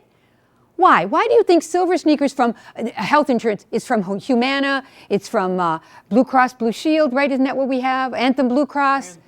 There's a couple of other ones that are under ARP. Okay, there's a couple of other ones that are under the Silver Sneakers. Why do you suppose they're happy to pay it? Saves money. Saves some money. Better health, less claims. That's exactly right. And they have proven that. These people are bottom line conscious. They are not going to spend money just to be nice to you. They are going to spend money because it is profitable to do that. It's going to keep you healthier. Therefore, you're going to be in the hospital less. Therefore, they're going to pay out less money. They know it. So you do want to be able to do that. What you want to do is when you exercise, you want to stay active. You want to keep going. You want to feel the best you can feel. This isn't a dress rehearsal. This is all we've got right now, right here today. And if we don't feel well, what are we going to put it off for another 2 months, another 4 years? What? Or you can choose this route. That doesn't look very appealing. Poor lady with the pills and medications. So you can not go to the gym. And you know, I keep talking about the gym, but you know what? You don't have to go to a gym. You can put on your tennies and walk around your own block. Be surprised how much you see when you walk, as opposed to when you're driving, right? Right. Walking, oh, I didn't know they had that. So walk around the block. Walk around the block a couple of times. So it is very inexpensive to exercise. It is very expensive not to exercise. Okay, we're going to go over this one more time. Hypoglycemia, low blood sugar, right? Everybody's got that? Everybody knows what that is. Everybody knows what the symptoms are? Foggy brain, cold, chills, jittery, irritable, very irritable. What the response is? What's the response? Somebody tell me what the response is. Sugar. Sugar, sugar, sugar. So you get them to take their blood sugar. If it's 70 or below, or if it's if it's 10 points lower than their lowest blood sugar usually is, let's just say their lowest blood sugar ever is 90, and they're coming in with an 80. You're going, and I can see that you're getting rather irritable. You really need to take your, that's when you want to take one carbohydrate. 1 point, 15 grams. You take those 15 grams, you wait another 15 minutes, you take your blood sugar again. You see, did it come up? And if it did, great. Like with Dick, it didn't come up enough. So you take another 15 grams. Wait another 15 minutes, take it again. If at the end of that second 15 minutes, it isn't going anywhere, call the EMS. I'm not kidding. Call the paramedics, because you could be in deep doo-doo. Seriously. You could pass out and not even know that that's where you were going. You know, early on in this slide presentation, we showed all these pictures of all this food, and you know we all eat it. We all eat it. And we just keep piling it in and piling it in. And these days, with the high fructose corn syrup and everything that's packaged, and food is not made the way it was before. No. Even our corn is now, it's manufactured. It looks like real corn, but it's been so processed to come out looking just absolutely perfect so they can sell it, that there's more sugar in it. And that's the other thing. They are actually producing fruit that is sweeter than it's ever been. So they're pushing the, what do you call? I mean, look at those apples. They're all perfect. You don't find an apple that isn't perfect. Yes, Laura. Can you have a cracker with peanut butter, or that's not really, the peanut butter is going to give you too much of calories and just have the cracker alone? Okay, what I said, and that's a very good question. She want to know if can we have peanut butter and cracker, or should we just have the cracker alone? The one thing you don't want to do is you don't want to grab a Diet Coke. That's not going to do a thing for you, okay? And a lot of people do that because that's all they got in the house. So they grab a Diet Coke and they drink that. You want to have on hand either the dextrose tabs like we showed you that we had here, okay? Or you want to have candies on hand. I'll give you an example. Hershey's Miniatures. Okay, they have the semi-sweet, which I love, the milk chocolate crackle, and Mr. Goodbar. And those are 5 grams to every one of those little chocolates. So if you eat 3 of them, you know you've just had 1 carb, 1 point. So you want to have something on hand. You don't want to grab a green pepper. You know, you don't want to grab broccoli. And you don't want to grab a whole Coke, a regular can of Coke, because you down that which has got 45 grams in it, now you've got the other problem. Now it's sky high. And what really messes people's bodies up is that roller coaster effect. When you keep going up and down and up and down. Very bad for you. Okay, so the dawn phenomenon is caused because during the night as you're sleeping, not only are your serotonin levels coming up, but your liver just about 5 hours after you go to sleep, 5 or 6 hours after you go to sleep. And everybody who's got Dr. B's book, Diabetes Solution, which I hope you all have by now, this has it in it. Wonderful explanation of the dawn phenomenon. So you go to sleep, it's 90 degrees. Your blood sugar is 90, you got up and it was 110 or 115. What happened? During the night, after about 5 or 6 hours of sleep, the liver kicks in. The liver makes this like astounding thing where it pulls out any insulin that is in your body. It's like, I guess because it thinks it's old, I don't know, but it goes in and it pulls it out. Well, then we talked, remember, about glycogen, glucagon. I talked about the glucagon pens even. That glucagon is a hormone that goes into effect. When insulin is low, glucagon comes up. And it pulls sugar, glucose, from your cells of your muscles or your fat cells. Isn't that great? You could lose weight while you're sleeping. Because it knows the body needs more sugar. The dawn phenomenon most often will happen to people who are A, on insulin, B, have burned out their beta cells, which is kind of sad, or are very low. Their beta cells are producing very little bit of insulin. Because the minute insulin drops in the blood, your pancreas would then be sending out new. Well, if it drops and it's not coming back, that's when glucagon goes into effect and says, okay, we need to get glucose into this body.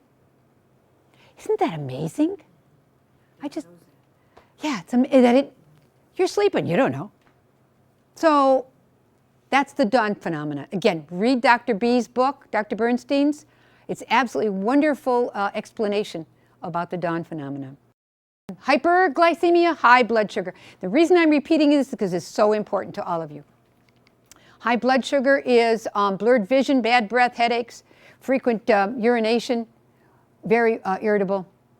And you want to be very, very careful about that. This is one of the reasons that we have now explored and exploded the last of our myths, I believe, which is avoid insulin injections. When your doctor says you have to go on insulin, please do not go, oh, I'm a failure. Oh, I feel terrible. Oh, this is awful. It's not awful. It's going to save your life. You need to go on insulin. Here's the big difference.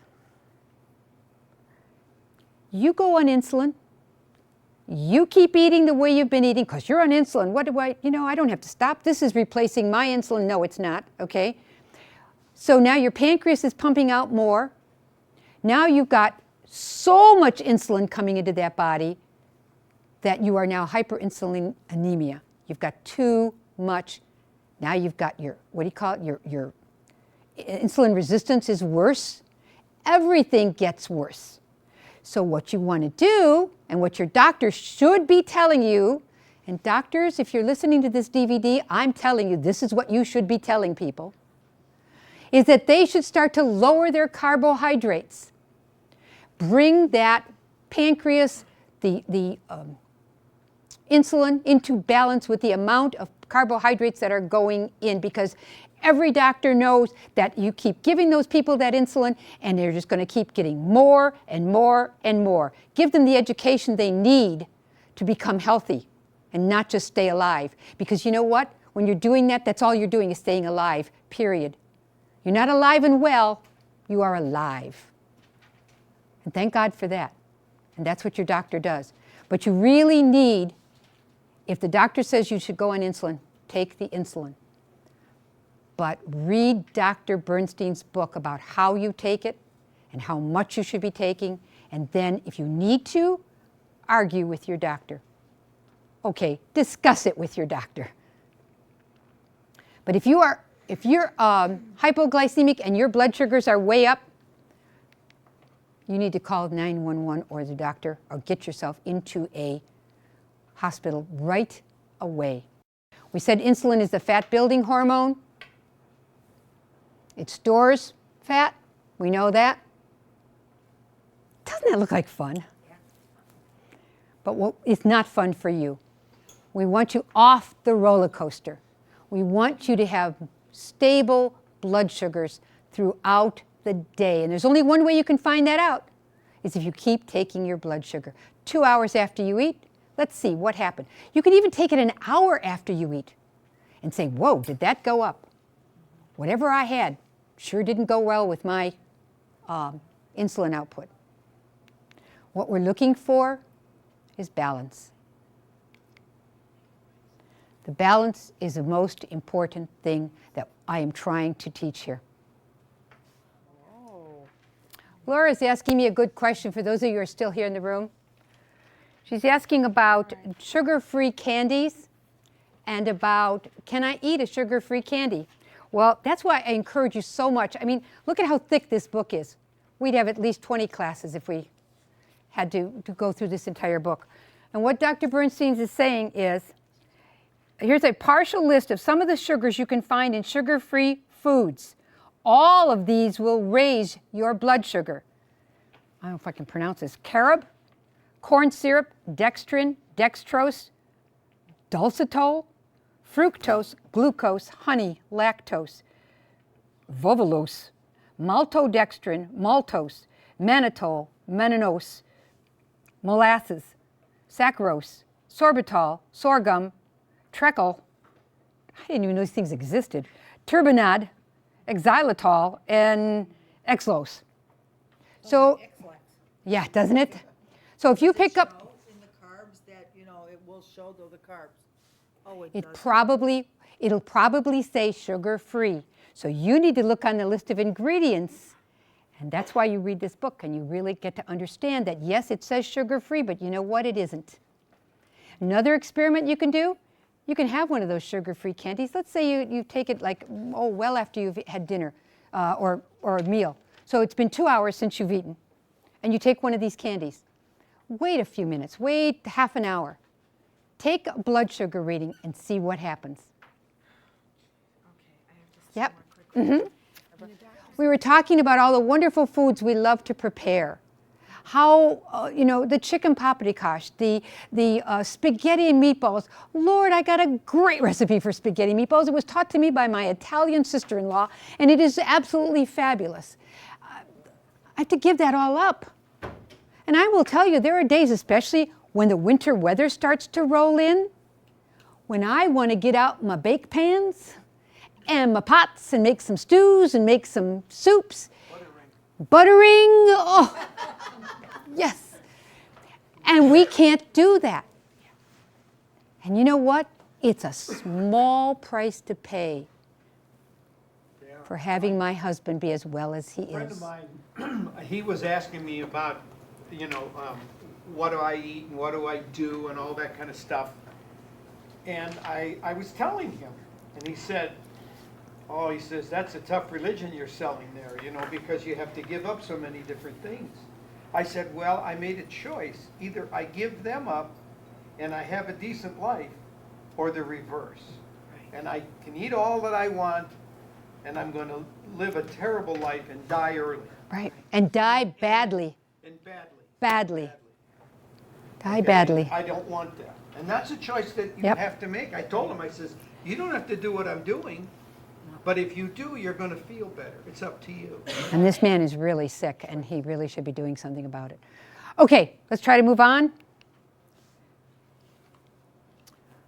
The bold question that I asked in class 1 was, we've had fat-free foods for over 30 years, so why is obesity and diabetes at epidemic proportions? I think we've got our answer, don't you think? I hope I've seen light bulbs going off everywhere. And this is one of my, I tell you, I love this man. Never met him, but I love him. What he will say to that is, it doesn't have to be that way. And you will be saying that, that'll be your mantra. When you lose the weight, when you lose the effects of the diabetes, you'll be, wow. You meet somebody with diabetes, you'll say to them, it doesn't have to be that way. It doesn't have to. Okay, we talked also about the fact that we have a 3-step program. And our step program is education, motivation, and implementation. And what we're going to get into now is implementation. I'm going to share with you what we do. How do we get to where we're at? First of all is, let's go back. That one's a good one.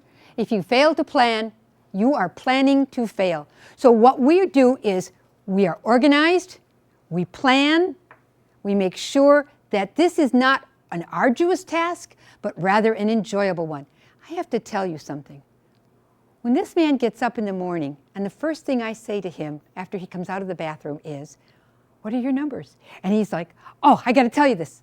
I was 91 this morning, and I lost another pound. I mean, Exciting. why would, that's an exciting way to live, isn't it?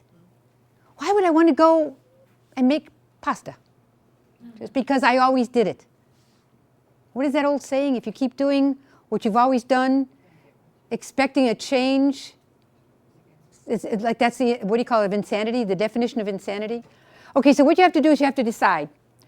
You have to decide that something needs to change, I must change it, and I must change it now, today, tonight, not next week. And you got to change your lifestyle. This one, ladies and gentlemen, isn't working, is it? As Dr. Phil would say, how's it working for you?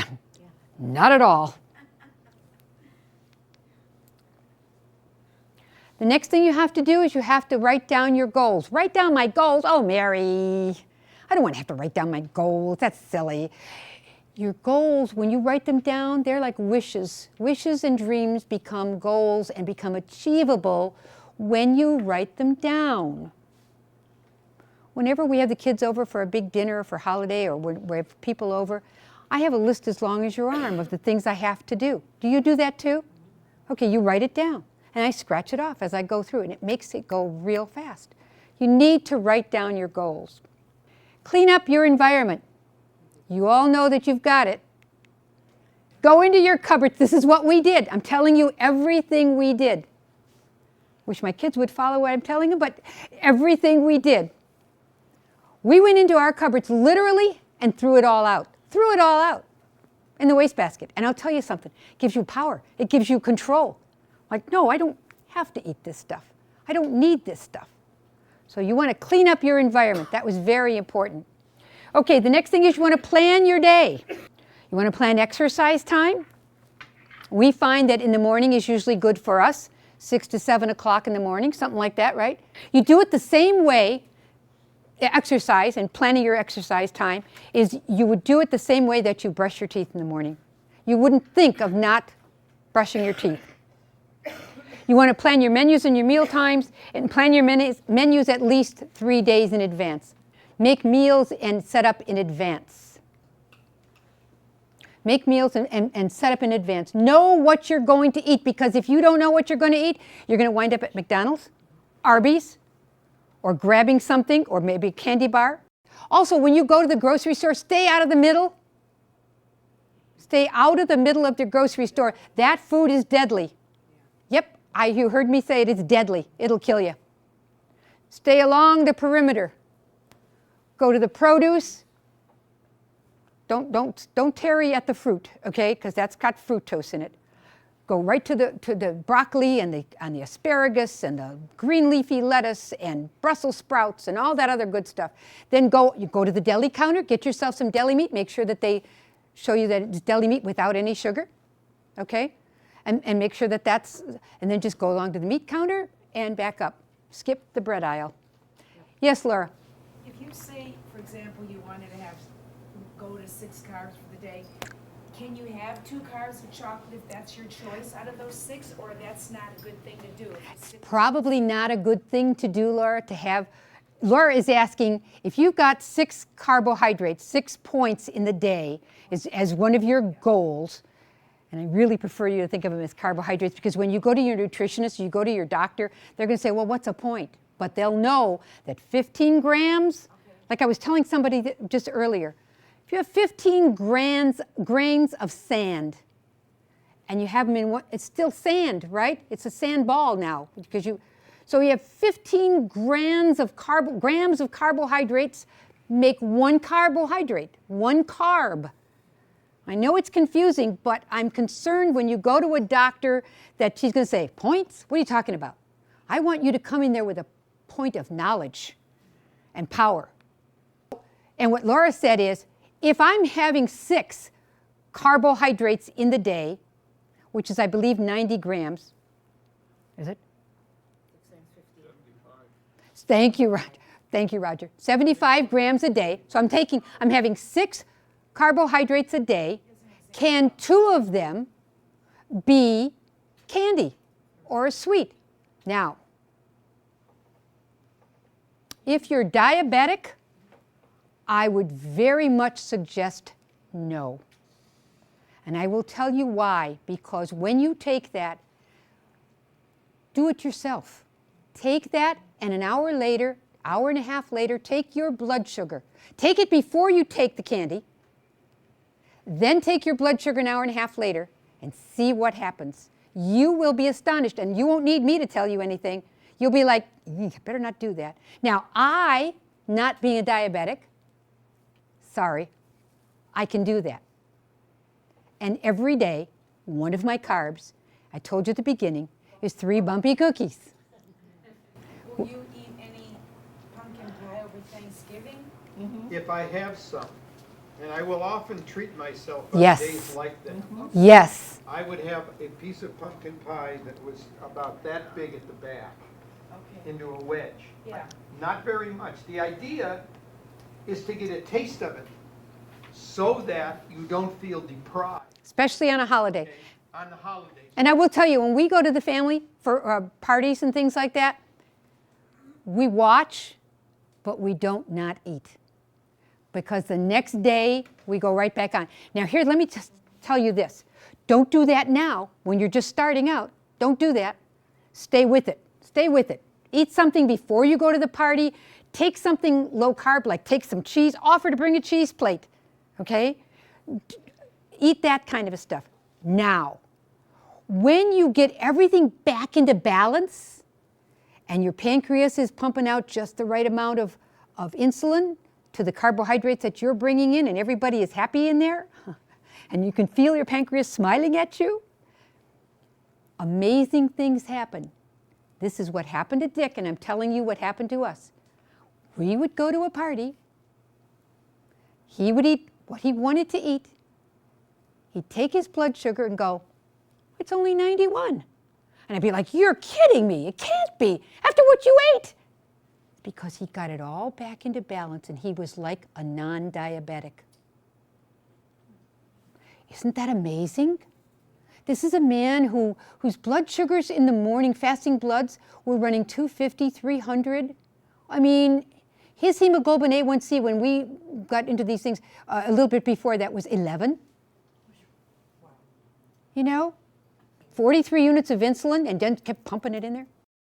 I'm showing you everything we do. This is our refrigerator. This is our food tray for breakfast. There it is. Puts it on a cookie sheet, puts it in the refrigerator, has the frying pans out. We set the table before we go to bed at night. And we don't even have to go to work in the morning. So, but you can do all that. So this is what you want to do. You want to prepare ahead of time. You know what? This is your life we're talking about. You prepare for weddings. You prepare for all kinds of different things. Why wouldn't you prepare to be well? This is not my feet.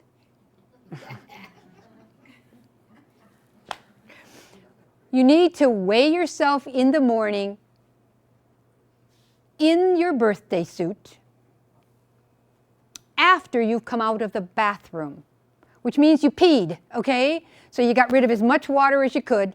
Come out, weigh yourself naked, and write it down. Weigh yourself every morning. Now you say, why every morning? My doctor says I don't have to do it for a week. I'm going to tell you why we encourage every morning. It's because it will keep you on track. This is going to be your red flag. You step out of bounds and that's going to yell, foul. Okay? Penalty coming up. So you need to do it every day and write it down. Journaling is extremely important in this. And when I say write it down, I'm talking about the first 3, 4, 5 months. It's probably not for the rest of your life, but when you're trying to get this plan together, write it down. And not only that, but when you write it down and you write the amount of carbs, and I meant to have you make copies of it. I'm going to put it up on the website, copies of the sheet that Dick has, and you can download it off the website, how he keeps track of all of his stuff. Keep snacks around that are all low carb. Make sure that you know what you're doing so that when you feel hungry, that you can go and get something. Oh, I meant to bring the picture of the low carb thing I had the other day. I like to buy that ranch dressing in the little round things, right? There's 5 grams, I think, in that one. And so I like to dip in there broccoli and green pepper, red pepper, that kind of a thing. You sit there and you eat that with a little bit of cheese, and you have 0 carbs, and you feel pretty good. Take your blood sugars very frequently. This is step number 8. In the mornings, 2 hours after your meals, before bed, find out what's happening inside your body. It's your body. Keep a record of your weight and your blood sugars. Journaling. This is the one that I'm hoping I can put this one up on the website that you can download. So journaling is very important. If you bite it, write it. Because one of the reasons I knew that Dick was going off the path is because I found Tootsie Rolls. I found Lifesavers, and he would say to me, oh, those Lifesavers, they're only like 1 or 2. I looked it up and they were 4. Like 4? Well, let's see. If you have 3 Lifesavers, well, I don't eat those many. So I said, no, we're going to really get back on the path. So you have to write it. You don't remember what you ate. If you bite it, write it. Okay, keep moving. This is all these steps that I'm showing you now is what we do. This is how we got to be where we're at in 9 years. You know what's amazing to me is when they talk about carbohydrate and they say, well, that's very good for the short term, but you know what, people just really go right back off of it and everything. And I think to myself, 9 years? Just about 9 years? I don't think so. I don't think so. It works. I love this one, and I want you to do this. I want you to play. We don't stop playing because we get old. We get old because we stop playing. Play, people. Have fun. It's going to come to an end. You're going to say, well, I should have played a little bit more. Volunteer. Do something. And all of that will lead you to success. You are now at a crossroads. I mean, we are coming to the end of this class. You need to make, if you haven't already, you need to make plans to do whatever it is you're going to do. And I would hope that you would also do more reading and more learning. You can either do nothing or go forward.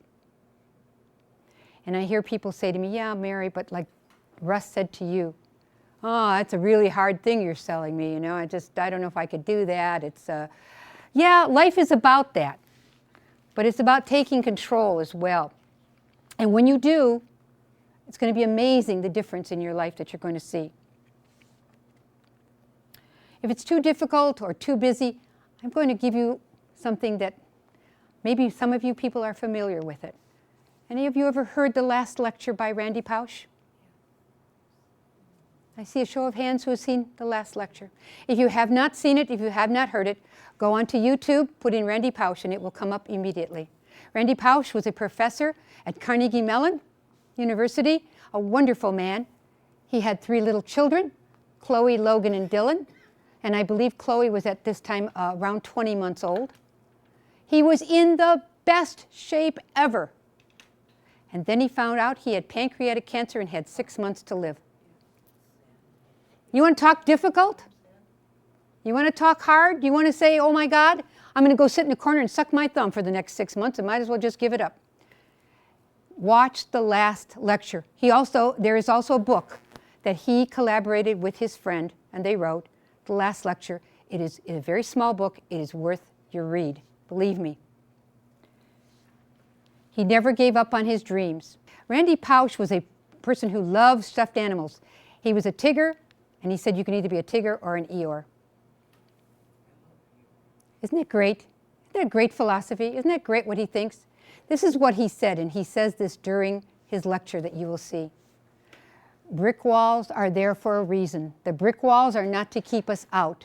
The brick walls are there to give us a chance to show how badly we want something. How badly do you want your health? Want to look like this guy? Want to keep taking medication, more? Or do you want to get back into life? This is what has happened to us. Oh, I love to quilt, and being full of energy is what gives me the ability to do that. But my point is, you don't give up. You don't say, oh, that isn't going to work for me. Oh, I can't. Negative attitude promotes negative outcome. Get into the game. Come on. It's the 9th inning for some of us, okay? We really need to get moving. So are you ready to give up and wilt away? Or are you just beginning to blossom? I love Dr. Dyer saying, when you change the way you look at things, the things you look at change. And you know, people, this picture brings tears to my eyes because I can't believe it sometimes. The good news is your life is in your hands. It really, really is. It's not in your doctor's hands, and don't let him tell you it is. You do the research, you do the study, and you ask him, why am I taking this? And why am I keep increasing my insulin all the time? Shouldn't I be cutting back? Shouldn't I be cutting my carbs and cutting back on my insulin? I am not a doctor, I don't know, but all the research that I have done, yes. And if you read Gary Taubes' book, Why We Get Fat and What to Do About It, fabulous book. Talks about why we get fat and what to do about it, and about how years ago, many years ago, there were no carbohydrates. The only carbohydrates, the only glucose you got was in the leafy vegetables and stuff like that that you ate. It was not until agriculture came in that you got these carbohydrates going. And he's quite the scientific person. So he does a whole big study on it, and it's very interesting to follow him. And that Why We Get Fat and What to Do About It is on my iPad, otherwise I couldn't bring it. But this is his other book, Good Calories, Bad Calories. I want to tell you, you better know your stuff when you read this book. It's a research book, and it's absolutely wonderful. And it was on your list of the recommended reading that I gave you. This is some hard reading. I had to go over every chapter 1 and 2 times just to make sure that I was getting all the things that were on there. Last week, we heard that you have to have faith in God, and you believe that God will help you, right? The guy was up on the levels, and he said, why did you save me? God said, I sent 3 boats, right? God will help you, but God needs to know that you know that he's helping you. He needs you to get into the boat. You can't just sit there. You got to get in. It's up to you to climb aboard and get before the waters rise up and swallow you up forever. It's been a real pleasure being with all of you. As we always say, we have made so many new friends here, and we hope that you'll take care of your diabetes and your health. Oh, you know what? Just one more thing. Just one more thing, if you'll indulge me just 1 second. What I'd like to do is have Dick come up here for a moment, please. And while he's coming up, let's give him a round of applause. He doesn't know I'm going to do this. Wow, what's up? I want you to know how much we thank you.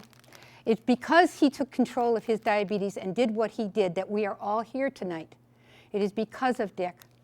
I want you to know how much you mean to me, how much it means to me for you to be open and be willing to share.